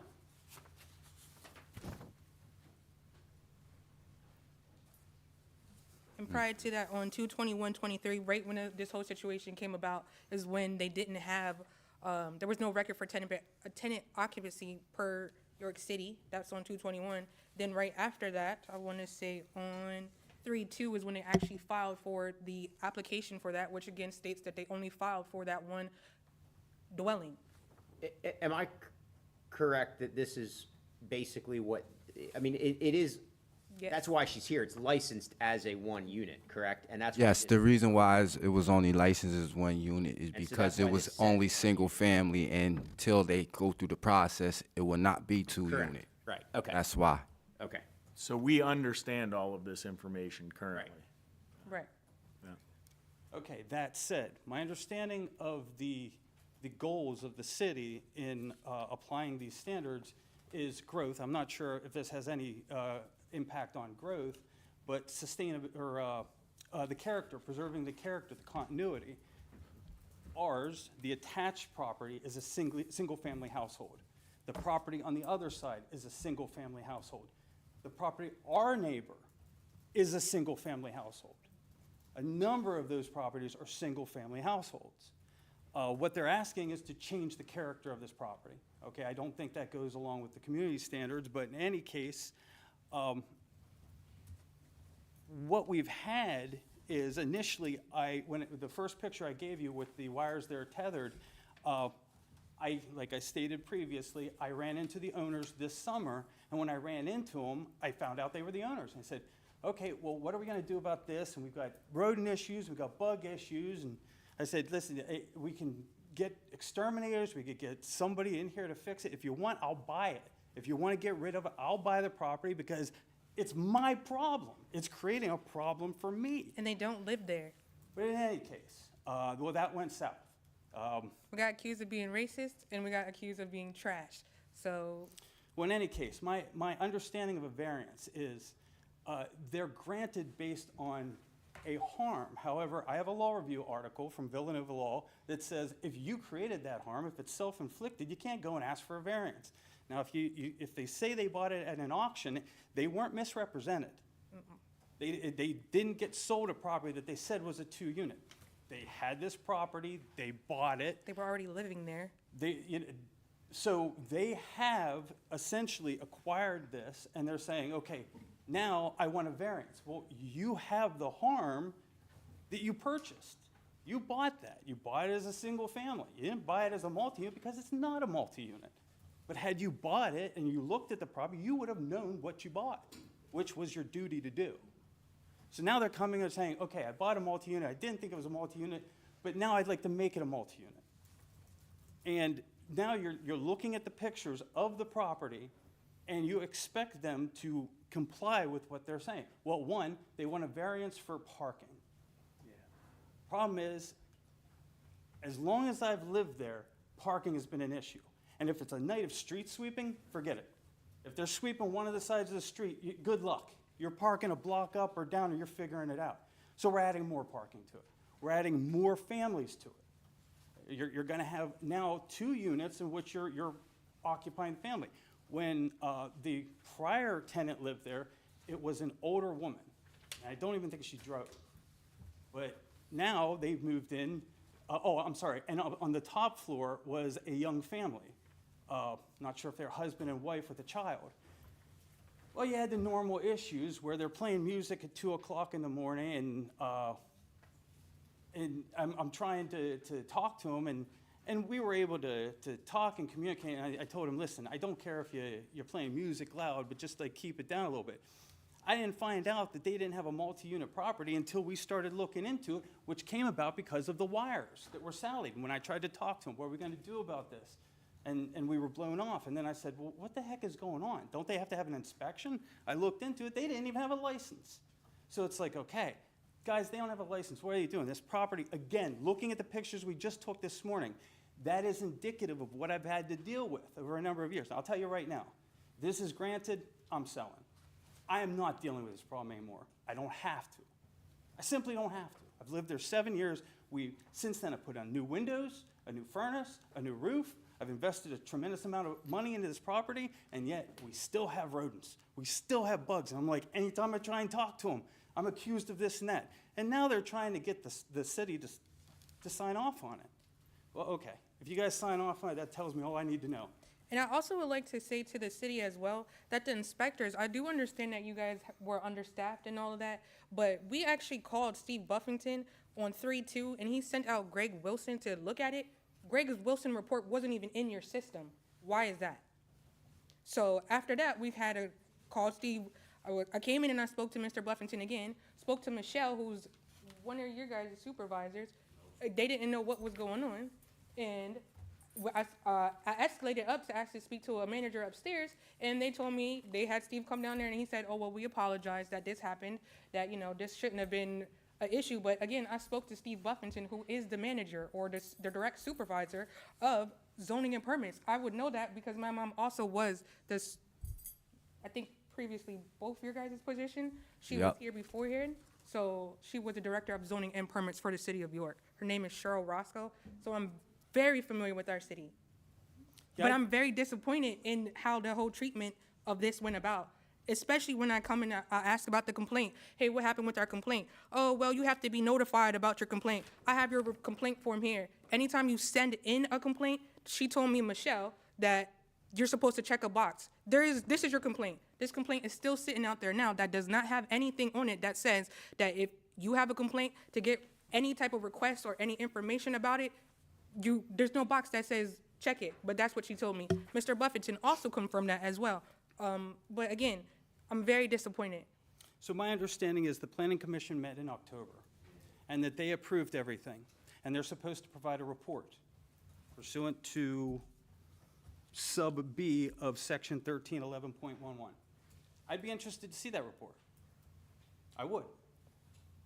I don't know what diligence has been put into this, but I'm telling you, I've lived there 7 years. I'm done. I'm fed up with it. And if the city signs off on that, that just gives me, okay, I understand now. I get it. Everything that I've heard about the city wants owner occupied, I don't see it. Just one quick question. Is this the only neighbor that you have an issue with? No, this is. Well, yeah, we don't have an issue with any other. Nope, this is it. But I would like to say as well that towards our other neighbors, that they are the ones that also were complaining about having a rodent and pest infestation as well. That's So- why they came to us That was about on- this as well. Yeah, that was Andre and Jaxie on the one side and Bill and Candy on the other side. We talk to them all the time. Like Nina's giving Bill and Candy watermelon and Andre and I see him outside all the time. We talk. In fact, I told him, and I relayed this to Mr. Williams, they wanted to be here tonight. They're at a school board meeting. But they also complained about the trash from the tenants that they had, the upstairs and the downstairs tenants that, that was occupied during the time period of this happening here. I've complained about the grass growth, which ultimately falls back on the owner. Now, you can say the tenant's supposed to maintain the lawn and the sidewalk and everything when it snows, but let's be real about it, it comes back on the owner. If you get fined, the fine goes to the owner. Right, and if you go back to those pictures that we first handed out to you, those pictures are from today, and there's a note on the door that talks about an actual eviction, or like you can't come on our premises for no trespassing, but you didn't have any tenant, or you had more than one tenant in there. Yeah, there's been a tenant living there over the past month. I don't know if she still And, lives there or and they not, kicked the other tenants downstairs. out because of this whole situation. They came up and told us when they were getting kicked out, when they were being evicted, which was not pursuant to Pennsylvania laws for eviction, that they had to leave. But, these are people who are, unfortunately, they're uneducated in the law to know what the actual eviction process is. So they are just being thrown out on the street and evicted for something that they didn't do or they did do, but the landlord or the owners aren't coming to fix. And they asked me for help, and I'm conflicted out already. So Because I'm already involved on the other side. I said, no, I'm already conflicted. and to, I'm already a party. And just to be clear, we don't have a problem with them. We just want it fixed because as it is now, this is a blight on our community, next to our house. I go out every day and sweep up. That trash, again, that's sitting on there, that's been accumulating because of the city no longer, right, as of now, as of October 28th, 2023, street cleaning is done. So all of that leaves, all of the trash that's gonna be blowing from the trash that's accumulating there, blows on to our side of that street. I sweep my porch. Who comes to sweep theirs? No one lives there now. Who's coming to clean that up? Why would we be responsible for cleaning that up? Again, I point to the pictures we took this morning, and I think they speak volumes. If you're coming to a zoning board asking for a variance, don't you think you'd have the property in nice shape? Again, pointing to the applicant to proceed at us, he exercised his due diligence. He came in here, he said, this is a nice property. I should be granted this exception or this variance. I should be given this opportunity because I am turning this property into something. Again, Nina took those pictures this morning. I think they speak for themselves. I also want to go back on record and say that on August 14th, 2023, this is an actual tenant-occupied property inspection report from the city of York. So some of those pictures that we just showed you, they're not even listed on the railing, the windows, the blinds, the bottom of that window that's right there. That's not listed on your report for someone who went out and actually checked that you guys inspected this property. What is that about? It's very, again, I don't know. We could do better as a city. So to summarize, I don't think that they've demonstrated the hardship that they themselves didn't create to warrant a granting of a variance. I don't think it meets the community standards as far as continuity of the block, and I do think it's certainly going to increase traffic. A quick question for our zoning officer. Should these exceptions be approved, there will be an inspection that will, how does this inspection go? Yes, it will be inspection. It will need a C of O inspection and everything. And the last time this property was inspected was, no, it wasn't 8/14. That was the first one. Actually, it would, February 27th, 2023. it would have been before that because Greg Wilson would have been going out there. Is that the one you're talking about? Because, again, I spoke with Steve Buffington. I have the phone record. I have that call. And Greg Wilson was supposed to go out first. So if you're still telling me that you don't have all the information. I'm looking at the inspection report right now. So you're not telling Exactly me. what I'm talking about. Steve Buffington sent out Greg Wilson to do the inspection report. Well, the prior to that. inspector on, Hey, hold on. One at a time, one at a time. She's taking every word down, so one at a time, please. Yeah, go ahead. So you're free to go now, but it's just, it's one of those things where it's like, I spoke to your direct supervisor, your supervisor sent someone out, and you're saying that that's not in your system, and the only one that you can verify is from another time period. Again, we could do a lot better. 2 points. Hold on. As stated in a previous case in front of you this morning, the inspection does not look at parking. So if you grant that, or if you don't grant that variance for the 3 spaces, and again, parking is an issue on that block, there's nobody ever gonna know it. So I point to the picture and say, and I'd be interested to know if that window would have to be fixed for it to pass inspection. Absolutely. Okay, so they're coming, asking for a variance today with a broken window. So That was already approved. would it not be beneficial for us to make this a legitimate property so that it can be inspected, so that the folks can fix the issues or not be allowed to rent? It is a legitimate property right now. Based off of your What they're paper. asking is to make 1 unit into 2 units, have the city sign off on it. And what I'm saying is, based on their history, it doesn't seem like a good idea, guys. Understood. Okay, so there it is. They have not demonstrated the need for a special exception, or rather a variance, because they haven't demonstrated a hardship that they themselves didn't walk into or create. Understood. Also, is that our paper back right there? Am I allowed to grab that? This right here, the inspection. Sure. Thank you.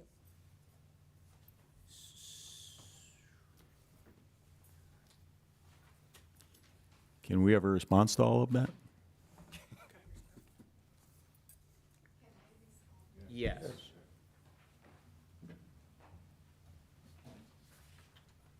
Okay. Let me, And I'm sorry, ma'am, could we have that back, that picture? Yes. Or are you gonna use it? let me use it for a No- minute no and then problem. I'll give it right back No to problem. you. I'm sorry, did you want a copy of that one? Do you need an extra would you like to hold? No. Do you wanna keep that after tonight, or? No. Okay, you can use it now, and then when you're done with it, just give it to us. We just need to put that in so that we have that in the record. Let me address this line, the lines that were on here. They were from Methead, and I am the one who called and had them. They were hanging there. I did not know they were hanging there, and they did not call me to tell me there is a line hanging on here. So when I called, Methead came and fixed this. It wasn't like I was leaving it there. And two, down here, this is also their yard. All this mess is also their yard. Let me also say that Mr. Seth, and I have his text here, sent me a text to sell, if I do not sell the property to him, when he found out I'm the owner, probably. If I don't sell the property to him, he's gonna frustrate me. I have the thing here. He's here to frustrate me today,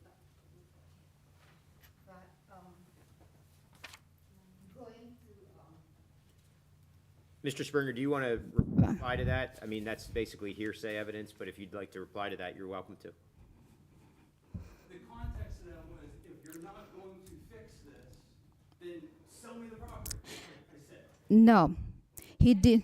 No, he did not tell me if you're gonna to fix it. He talked about rodents, and absolutely there were no bugs, and there were no bugs in my apartment.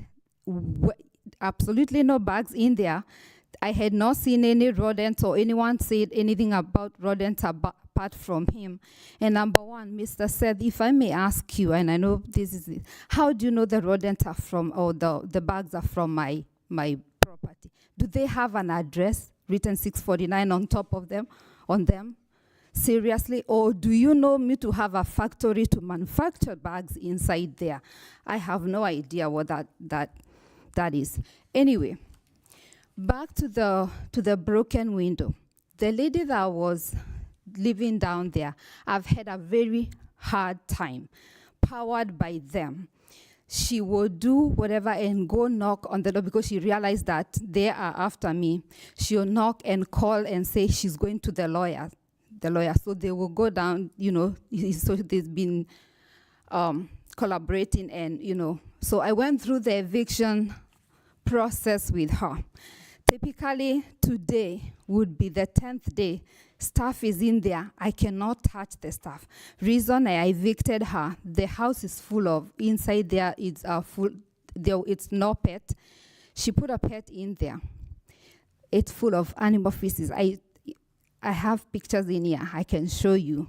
But typically, I cannot do anything. So when they came to the city and reported, they say, I was told by Michelle, because it is on, there is a zoning that is pending. I cannot touch anything in there. I cannot fix anything in there. So the lady out there went and smashed it is the basement window that they are talking about that is smashed, and she put the boards on there. I think she totally destroyed it, and I finally evicted her. Today would mark day 10. That means tomorrow is the earliest I can go in there to clean up stuff, because I did not want to get into all the legal things, because she was in there for 3 months, frustrating me. The York police has all my, I have 911 calls on her trailing us with her car, chasing us down the street. We have records of all this. Like, I was scared for my life, if I would say. But Just real quick, how long has that window been broken? it's been broken up for like 3 weeks. Oh, no, Okay, gotcha. month, more than Gotcha. a month. Okay. 1 month. All right, I thanks. think it's been broken for 1 month. Thank you. But I could not go in there. Remember, she was in there until she came out. And Michelle also had told me, because they took me out there and said, I have people there. When I had somebody, I put a guy up there who was my a relative, so that at least she doesn't destroy everything. And they came and said that I'm renting it out. I wasn't renting it out. It was my one of my husband's nephew that was on top there. So I had to tell him to leave. So I had to get him out. So it was just left like that. So it's funny that they will come now to say that I had left the place like that, when they have collaborated with the girl there to frustrate me and make sure that I could not. I'm petrified of going. I was petrified of going there. I was scared for my life. She told me she had a gun. I could not go in there. So, I have children to take care of. If it means that property just being, like that, I have my young children to look after. I'm not going to lose my life because of that. And I had to walk through the path. So that is where I am right now. It's not like I cannot take care of that property. It's not like I cannot get it fixed. I can have that window up and running tomorrow. But Mr. Seth, roaches that I have in here, they don't have an address. If you can bring one printed 649 West Philadelphia Street, yes, I'll take it. The inside of the property from these pictures looks like it's well taken care of. The inside is right now. The girl was there, like punched holes on one of the doors, and a little mess up. But the inside is well taken care. I lived in up there, so I took care of it. Like, my children grew up there. I made it in a way that I am comfortable to stay inside there. If I can ask, is the properties connected directly? Mm-hmm. Yes, they share a wall. Okay. All right. It's one door. And you've been there since 2006? Yes. Okay. And when did you move out of the house? 2016. 16. So for the past 6 years, have you had it rented to family or rented to a variety of people, and only now it's become a problem? It's only now that it's become a problem. He was there. Him and my aunt lived there for because we lived there with him also. So when I moved out with the children, then they were left in there. So recently, when we tried to rent it out to that lady, that's when all this came up, and when we met him. There's nobody in the house right now, correct? No, there's no one. Can I ask And tomorrow I can safely go and have it cleaned up. I can have everything cleaned up as of tomorrow, because then the sheriff told me on the 17th. And now that I have met with you, then now Michelle doesn't have to tell me I cannot fix anything, because she told me, she practically yelled at me and told me, you cannot have anyone there fixing anything. When was the last time that anyone was residing in that house? Until we did the eviction on the, when did we do the eviction? Yeah, 10 days from, on the 26th. I think, was it November 6th, sorry. November 6th is when but I think she had already left, but that's when we officially did the eviction, but the stuff is still in there. You said nothing has been done in the house since that? No. Okay. So if your neighbors are having rodent problems or any type of problems as they're stating, and you haven't been in the house, you probably do have problems. What I meant. In order for you to handle that, you would have to come together, and you would have to fight at the same time. Otherwise, they're going to go back and forth. That's just something for you both to know. We were speaking with the other neighbors, because it wasn't just affecting just our house. It was affecting 2 houses down. And everybody else is spraying their house, we spraying our house, we can't talk to them. No, you never called me. Apart from that one conversation, there was no other conversation about the rodents. But if it's about the rodent, if it's about Terminex, I can work on that with anyone. I also don't want them to come to my place. I don't want them to do it and then they come over. I'm sorry, when I approached her initially to address this, I was called I went to her alone, Nina wasn't with me, I was called racist, I was called trash. By They who? said everybody that lives around here is trash, because they moved out, they didn't want to raise their kids around trash. And I was like, okay, well, there you go, they're not gonna work with us, so I understand what you're saying. I cannot say. Hold on, one at a time, and I would like to say that this does not need to, we need to stick and be focused on the criteria for the special exception and the criteria for the variance, which are clearly set out in the City of York zoning ordinance. I do not think that we should be getting into personal disputes here, which I think we're blending into. Okay. Yeah, I agree, but it does go to the maintenance of these properties and the issues at hand. And I agree with the councilwoman, what she says. If you've got an attached property, you've got to get both property owners to work in concert to address that problem. Again, broken window in the front, I've got something in my ceiling above me. I would like to get that taken care of. I really would. I would much rather not be, no offense to y'all, I would much rather not be here tonight. But I cannot continue living like this, period. Full stop.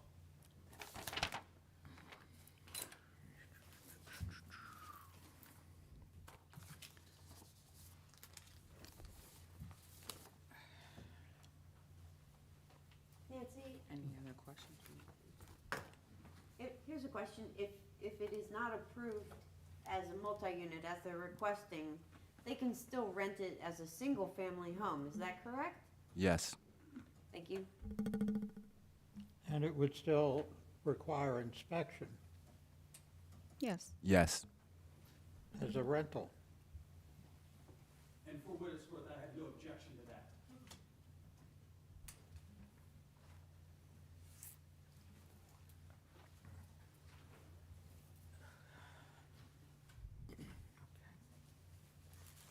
So I want to make sure I understand that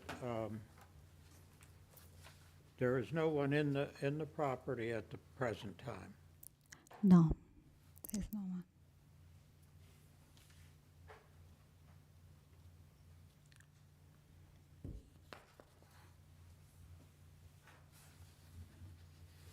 I have another question for the, may I ask the testimony? Sure. Witness? Would you have a problem with a 2-unit if it was better maintained? I mean, if it was well-maintained, would there be an issue with it being a 2-unit?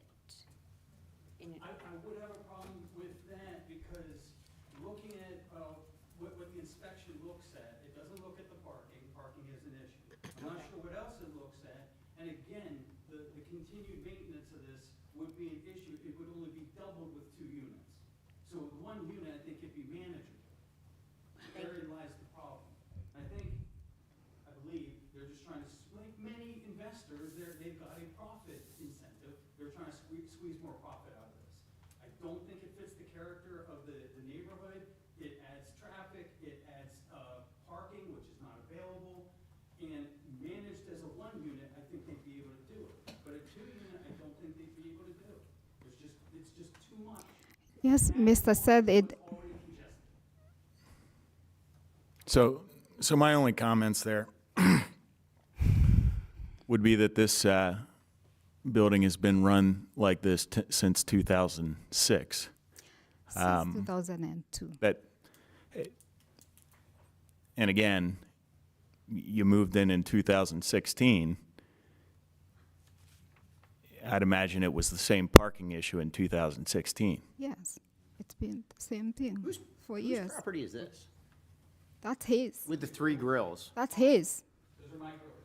May I see that? We haven't seen that on this side yet. I have a grill, I have a grill with the thermostat, which I can cook in, and then I just have a regular grill per side. Is there any chance that all that food is causing the rodents? Thank you. Thank you. Thank you. Thank you. Now hold on. Thank. One at a time. Okay, excuse me, that is a very good point to make, that would be an issue, but again, if I'm cleaning my house and sweeping my house daily on the outside, why would my backyard have all that trash that would be causing the rodents? And again, they had multiple tenants.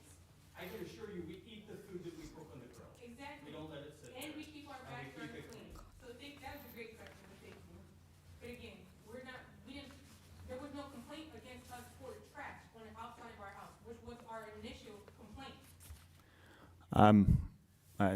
I'm ready to pass a motion.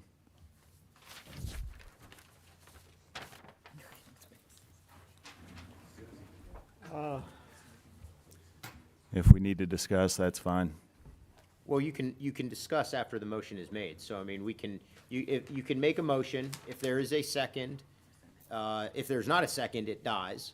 If there is a second, then there can be discussion after the second, prior to a vote being taken, if that's the way that the board would wish to go. Or the board can, of course, choose to discuss it right now, however you want to do it. In case 43 dash, I'd like to make a couple comments. yeah.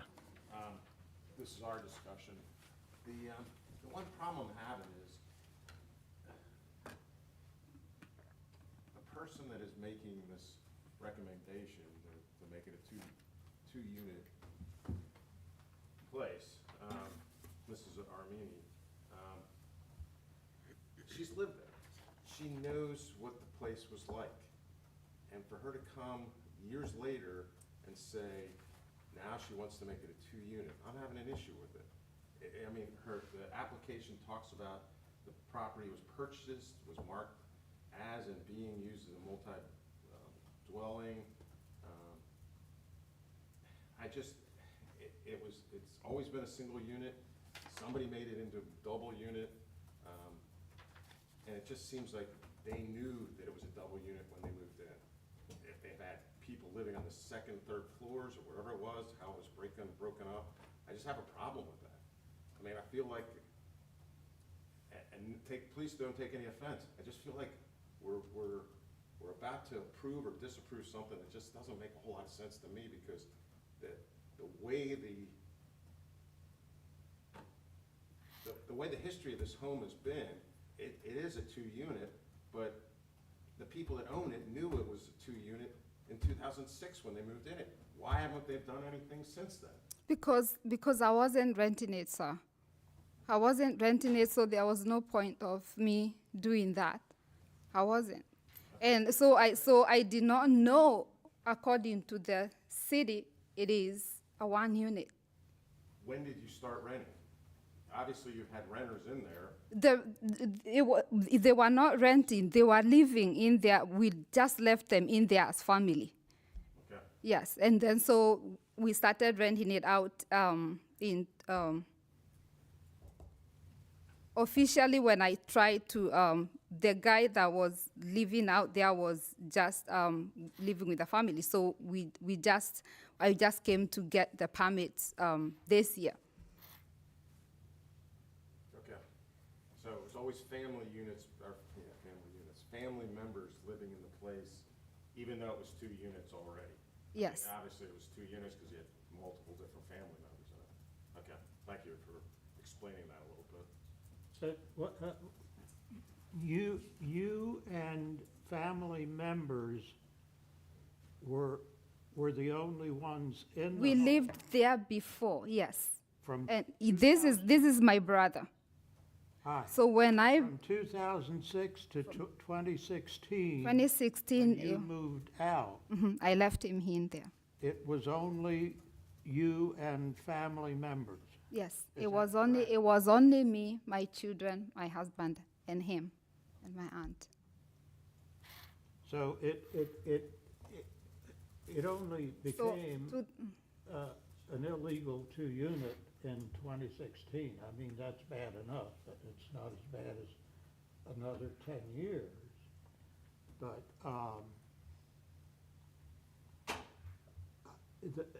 the property is empty. I think it would be a little bit easier to be managed. It might be a little bit easier to manage a single renter than 2 apartments. I know that from experience. I also believe that parking is an issue in that block, because I live a block or 2 away from it, and it's an issue on Market Street, so it certainly would be an issue on Philadelphia Street. From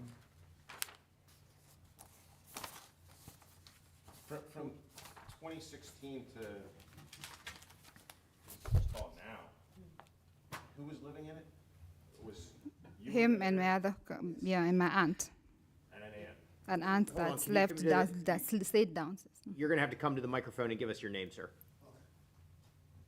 My name is Sabimana Vincent Home Improvement. I have my own company. I will stay over there in my sister for a long time. I know the property, how it is. I know how hard for Philadelphia Street to get parking. All of Philadelphia Street, you can come in Market Street. I do this business I opened my own company and registered. That's the way I told her she needed to go to the city to get a permit to come to check inspection inside in the house. That's the one she found. The house, it never be registered in a 2-unit.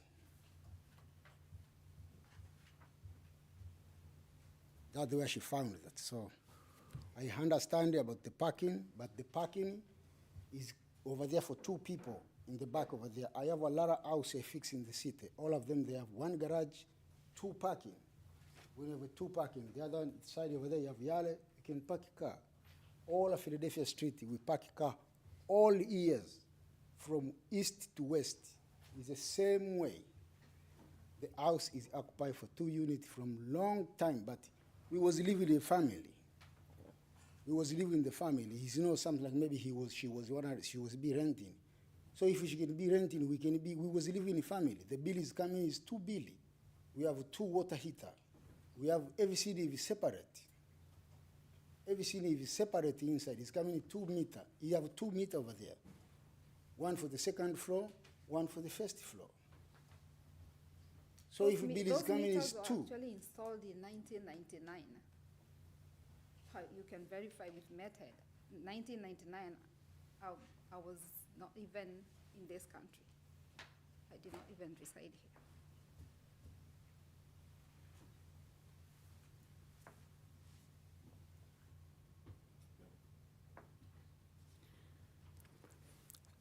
Were you began a few minutes ago. Yeah, I'm going to approve this. But I'm not going to send a motion. If you guys want to deny it, go for it. Well, it's a motion, I mean, anybody can make any motion that they want.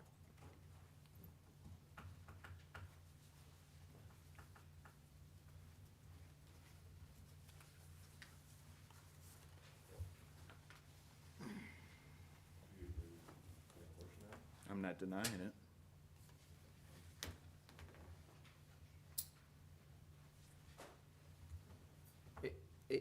If anybody wants to make a motion, they can. So it would either be a motion, and let me be clear, not every, if you motion to approve one variance, you're not necessarily motioning to approve another variance, okay? And so you can take them each one as they come, and you can either make a motion to deny or make a motion to approve. Either one is fine. And again, if it gets a second, then it's a vote, and if it doesn't get a second, then it dies. I would have, go ahead. I want to ask the applicant another thing. Are you hiring somebody to manage the rentals and do you own other properties in the city? Do you have a management company that handles those? He has his company. I can have him manage. We have him as the property manager. And he's been living there for years as the property manager already? Yes. Right now he's not living there, but yeah, if need be, he can live there. He was living there He up was till as a 3 months yes. ago, As- or, Whatever. Yes. so then I didn't know if that's his property management style. I don't know if I know both. part of the neighbor's problem is the property I know both management, people. or if it's their own issues in their backyard. Hear you both. When I'm over there, I fix all the property. I fix Craig property. I fix the same house, Philadelphia Street, the other side. Before the woman she died, I'm going over there. I fix it. I fix the other one. I fix land. I know this property about Roch, New York. If you fix your property, you close everywhere, or you go to spray your floor. You never cover your floor. When you spray, the roaches go down in floor. When the hair is passed, the roach come back. You need to fix property, your property. No roach gonna move in one building to go in another building if you never close all outlets. The trash there won't allow that to do that. Trash is outside. The trash on the outside of the next door neighbor's property allows that to travel that way. We've been living there 7 years. We provided a picture of the wires that were 15. tethered to the deck. We fixed that this year. And since we moved in. I'm sorry, you fixed it? Yes. Met and We called fixed Med it. Ed. We One met Med Ed. at a time. We have One a at a time. picture of the pole that Med Ed directed us to. So yes, we called Med Ed to fix it. And it actually was Verizon who came out to actually fix it. I have that written down here as well. Med Ed looked at it and said, these are not electrical lines. I'm Yeah, gonna I suggest apologize. that none of the discussion about who fixed it is relevant to the considerations of a variance or a special exception. Agree.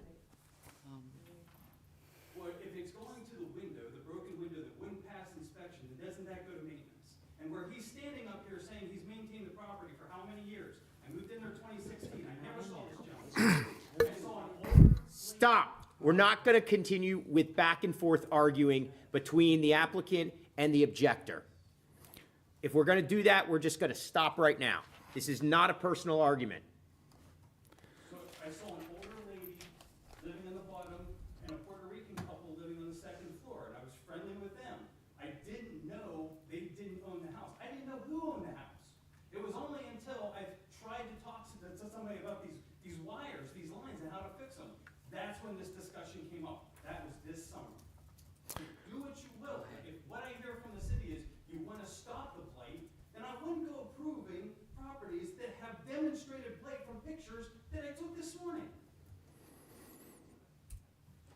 So I'm going to motion to approve a variance to the definition of multifamily conversion from a different use as defined in section 1304.01-1.02.002A at 649 West Philadelphia Street in the UN2 zoning district.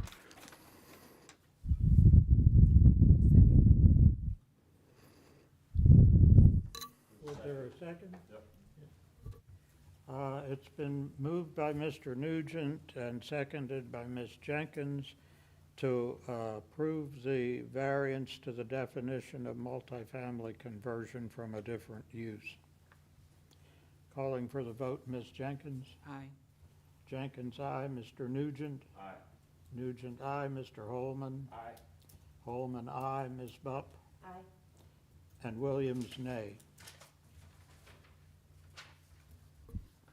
I'm going to move to approve a variance to waive the special exception provision that the property must have been vacant for 2 years found in section 1311.11C1 for the property located at 649 West Philadelphia Street in the UN2 zoning district.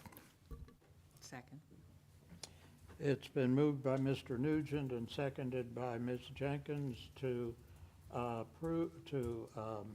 approve the variance to waive the special exception requiring 2 years vacant. Calling for the vote, Ms. Jenkins. Aye. Jenkins, aye. Mr. Nugent. Aye. Nugent, aye. Mr. Holman. Aye. Holman, aye. Ms. Bupp. Aye. Bupp, aye. And Williams, nay.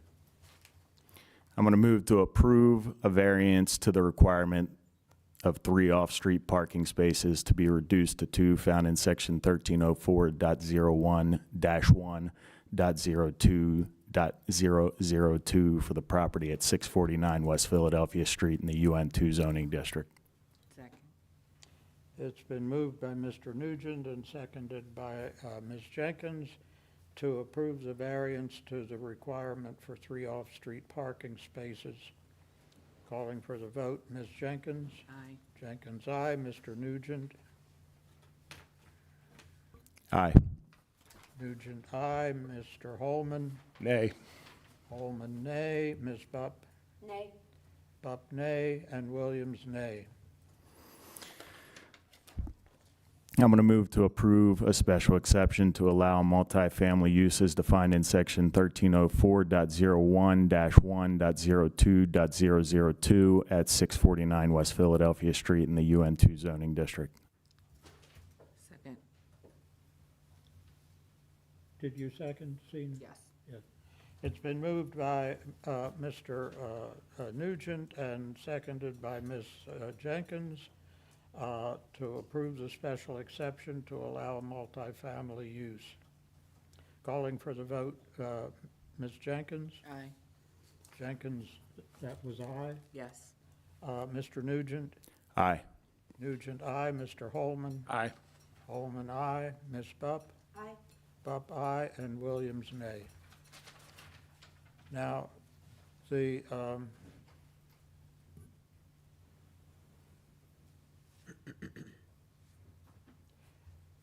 the 2 of the variances were approved, but the one to the, by my recollection, the one to the parking was not approved. Correct. So what that means is that essentially, in order to be able to utilize this as a multifamily dwelling, you have to locate a 3rd parking spot, okay? Now, I can tell you that the zoning office accepts agreements as proof of sufficient parking, okay? So what you can do is you can go and you can look for additional off-street parking and rent a space to provide to your tenants, or prove somehow that there's 3 spaces available anywhere, basically within a reasonable, not anywhere, but within a reasonable, that's for the zoning officer to determine, a reasonable distance. So that's basically what has happened. There will be a written decision detailing all of that, which will come out to you within a few weeks. Hopefully within about 2 weeks or so.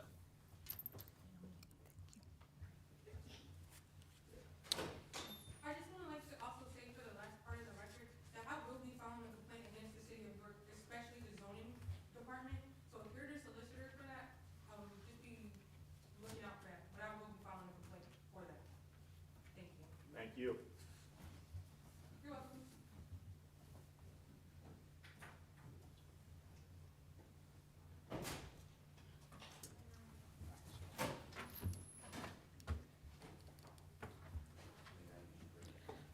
Let's do some nails.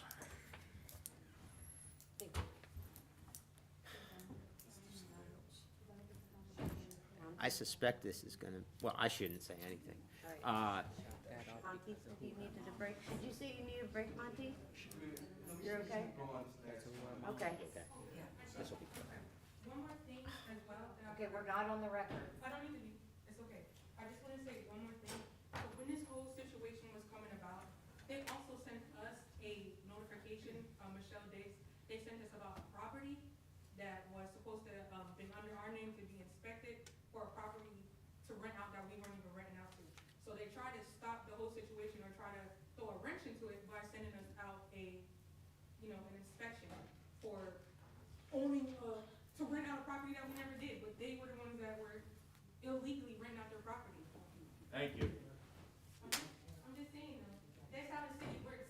They're gonna know now. Everyone's gonna know. I'm gonna make sure that everyone's aware that this is how it gets, you guys do business. And if that's how you do business, then, that fund that you guys already have, that you're already getting, the ARPA or whatever you're getting, that's already at a low amount now. Mr. Chairman, this is irrelevant, and I don't really frankly think that we need to entertain it. You're not gonna have anybody else come to help replenish that. I'm from the city and this is what we're, like, you want people to help donate or put into the city. Thank you. And do things well. How are they supposed to do that if, we're doing the right thing? I'm doing the right thing by complaining, I'm doing the right thing by coming. We appreciate How do you expect it. people, I'm just saying, how do you expect people to do what they're supposed to do? And if they don't have to do what they have to do, then you get what you get. You did good. I did good things. I have 2 kids to get home to. Can we go to the next? I have 2 kids. I came from a. Well, they messed up the order from the very beginning, remember that? I know, but I have 2 kids to get home to. We live there. You have to live. Okay, this is, I would tell them to please leave. This is enough. Where's the harassment? I think it's over. Where's the harassment and threats?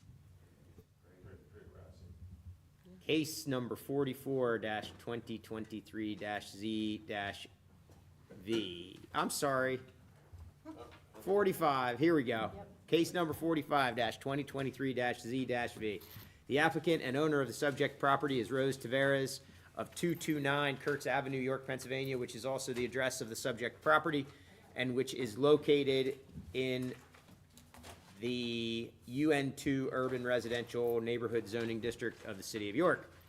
Applicant seeks a variance to permit a nail salon at the subject property, a use which is not permitted by right or by special exception in the UN2 zoning district. The application was reviewed by the planning staff of the City of York, which recommends denial of the requested variance. The case was heard by the City of York Planning Commission on November 13th by way of majority. No, this one, she missed the meeting. I'm sorry? She missed the planning committee meeting. Yeah, that's right, yeah. The record before the board this evening consists of the application itself, a lease agreement, 4 pages of aerial views of the property, and 29 photos of the subject property.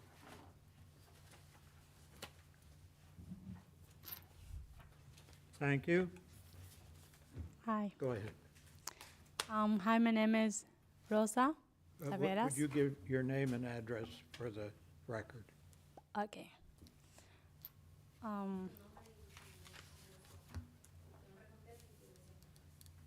Rosa Julia Taveras de Lopez. Do you need do you need to interpret? Might be easier. Yeah, if it's easier for her. Do you have an interpreter's, oath? I can make one up too. Oh, that's okay. Okay. Go ahead on up. Thank you. Do I need to state my name? Yes. Okay. Yeah. Marlene Familia. And do you swear to well and accurately translate all of the testimony of the applicant here tonight? Yes, I do. That'll work. Great.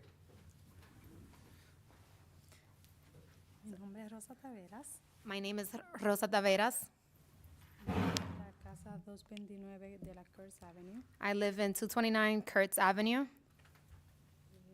Yo tengo viviendo aquí 3 años y 9 meses. I've been living here 3 years and 9 months.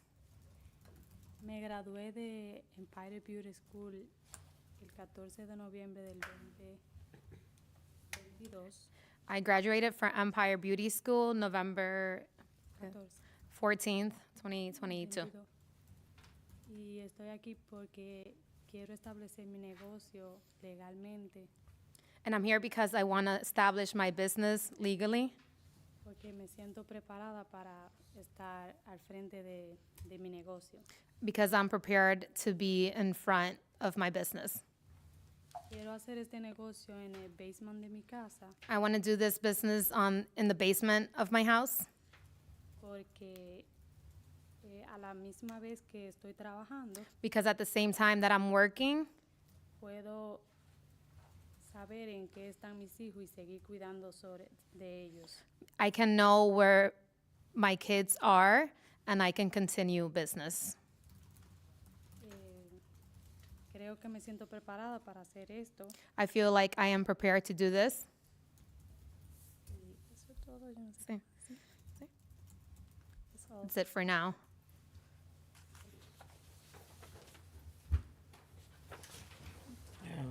So the business is not open yet, correct? Because, I mean, it looks like it's ready to go. I mean, I see your sign, and I just circled it, it says nail salon coming soon, so that's an indication that it's not open yet. But it looks like a very nice place inside. And I saw all your certificates, and it's clean, it looks very, you have a sterilization area. My one big question is, you're renting. What does your landlord say? Is he okay with Yeah. the basement? Yes. Okay, the basement business. How about neighbors? Everything is okay. Yeah. Neighbors seem okay? Yeah. Okay, Los Sí, los negocios. vecinos. Ellos te conocen y saben. Yeah. okay. Nick, I got 5 phone calls about this business. Everybody that called in about this case tonight all have glaring remarks about her doing what she's doing, the way how they got everything set up, how they didn't overstep their boundaries and start actually taking in clients and everything. And I actually know from personal experience because my mom lives down the street from this property. This property used to be my grandmom's house, so I grew up there. So I know all the changes that went on in that property. They didn't have to do too much. They got basement, access, everything. It's ready to go. Have you had state board come in yet? Que si vino el estado, el state board todavía, para inspeccionarlo. Todavía no. Not yet.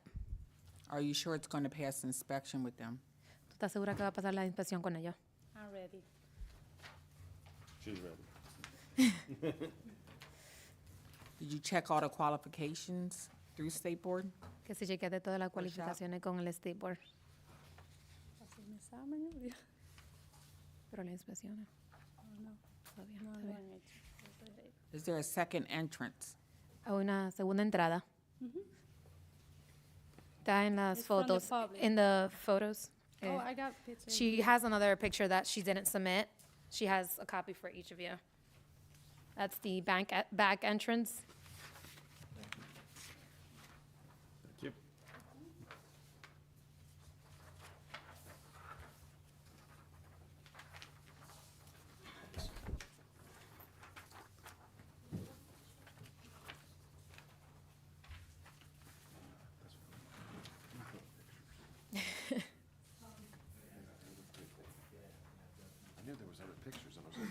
So the other entrance to this shop, where does that go to? La otra entrada para donde entra. Ese de tu casa, la entrada principal.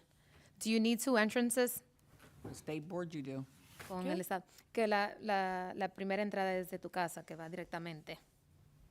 ¿Está bien? No. Sí, está bien. Está bien. La entrada de adelante y después va para el basement. La foto. Los clientes, Ajá. los clientes Pero entran- necesitan dos entradas para para el estado. Está bien. Oh, pero está bien. The front door.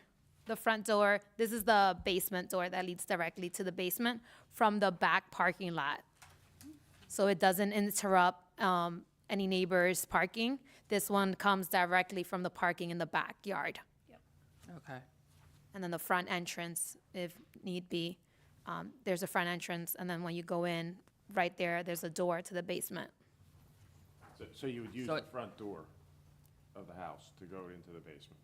No, this one's the back door. They could come in right through the back Oh, the door. back door. Mm-hmm. Yeah, But the second entrance it's the front door. that leads up into the house? Yes. Or- Okay. Que están preguntando por la So puerta. there are stairs that are interior that go up to the inside of the first floor, is that right? Correct. Que él está preguntando que si hay escaleras que del basement para arriba para It's la in the casa. picture. It's in the picture. Which, do you know, do you have it numbered or no? The front door? Or tú no tienes la foto de adelante. The front door, no, I don't have a picture. Pero la Sina, your está en el your piso. question is kind of directed towards an emergency use, is that right? Yes. Yeah, Yeah. Because of state board as well. sure. That's a good question. Now, you know, in case of an emergency where your main entrance was not available, is there, in case of emergency, Caso de una it emergencia. would be possible to get from the shop up into the house and leave that way? Yes. Si en caso de emergencia tú tienes dos salidas, el de esta y la de la casa. Sí. Yes. Y yo lo tengo señalizado eso también. And she has the signs on the doors as exit signs. And it's unlocked all the time. And she lives There. on the main floor or right above the shop, right? Que si tú vives en arriba del negocio. Yes. Yeah. Explícale de la sala, donde en el primer piso está la sala y después los cuartos están arriba. The first floor is the living room and the kitchen and the dining room. And on the, I guess, that's the basement. First floor is the kitchen and dining area. And then on the second floor is the rooms.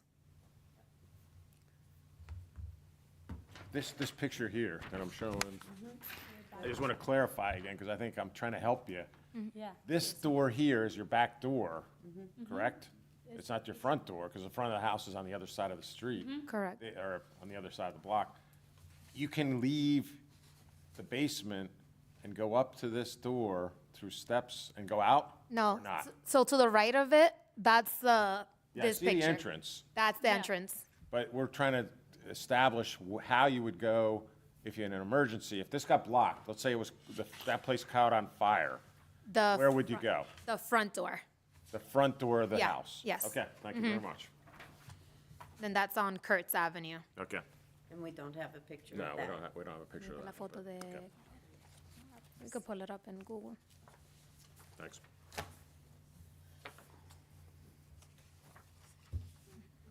La printeamos. Do you have vents down there?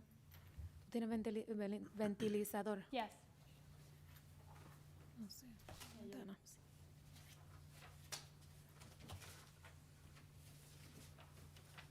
Any other questions? I have a No. question for Monty. Like, in the zoning ordinance, in the permissible use table, there is hair care under personal services, 4.08001. But then down under neighborhood commercial, we do have neighborhood hair care under 4.09006. It can't be that because it's not on the corner. Neighborhood one's on the corner. Thank you. This house is in the middle of the block. I got a note right there. Thank you. Must be on a corner. Must be on a corner. Thank you. Si hubiera sido una esquina, había sido bien. No more questions from me. Okay, somebody like to make a motion? I'll do it. If I can find my work paperwork. Where is it? Where is it? There it is. I'll make the motion. In case 45-2023-Z-V for the property at 229 Kurtz Avenue, I move to approve a variance to operate a hair salon in the basement of said home as defined in section 1304.1.04.8.1 at 229 Kurtz Avenue in the UN2 zoning district. Second? It's been moved by Mr. Nugent and seconded. It was Mr. Holman, but I'm sorry. I'll move it too. We do look alike. Well, I'm sorry, we just met. Seconded by Mr. Williams to approve the variance for the operation of a hair salon. Calling for the vote, Ms. Jenkins?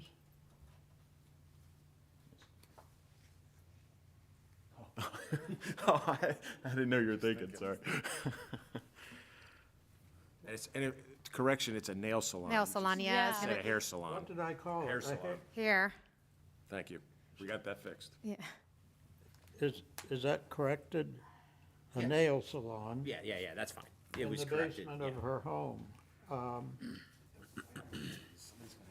Calling for the vote, Ms. Jenkins? No, there was, What? oh, I'm sorry, yes, I'm sorry, I apologize. Yeah, there was a second, yeah. That's the way I see it. Calling for the vote, Ms. Jenkins? Aye. Jenkins, aye. Mr. Nugent? Aye. Nugent, aye. Mr. Holman? Aye. Holman, aye. Ms. Bupp? Aye. Bupp, aye. And Williams, aye. Congratulations. Good luck. Thank you. Thank Good you. luck with your business. Gracias. And thanks for staying here so long. And sorry about the previous case. It's okay, thank you. Oh, you want to adjourn, Franklin? We're adjourned.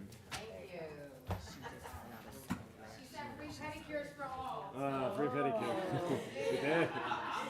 You can't, I probably can't take it. She couldn't offer it ahead of time. yeah, she couldn't offer it ahead of time, but Go into that. may see me. I've never had a pedicure, so that'd be interesting. That's why I was asking her certain questions. Because state board's gonna come in there and Conflict of interest? she may have went through all this and she'll be able to Is it? Oh, I was just trying to hear what Here, this the is yours. conflicts were. one, that's what I was saying about. And if she doesn't pass her inspection, she can't do it. Yeah, I know. Yeah, That's not our job. no, all of that stuff goes more to like Yeah. inspection, land development type stuff, it's, you're just looking at the use. Right. That's Like- all.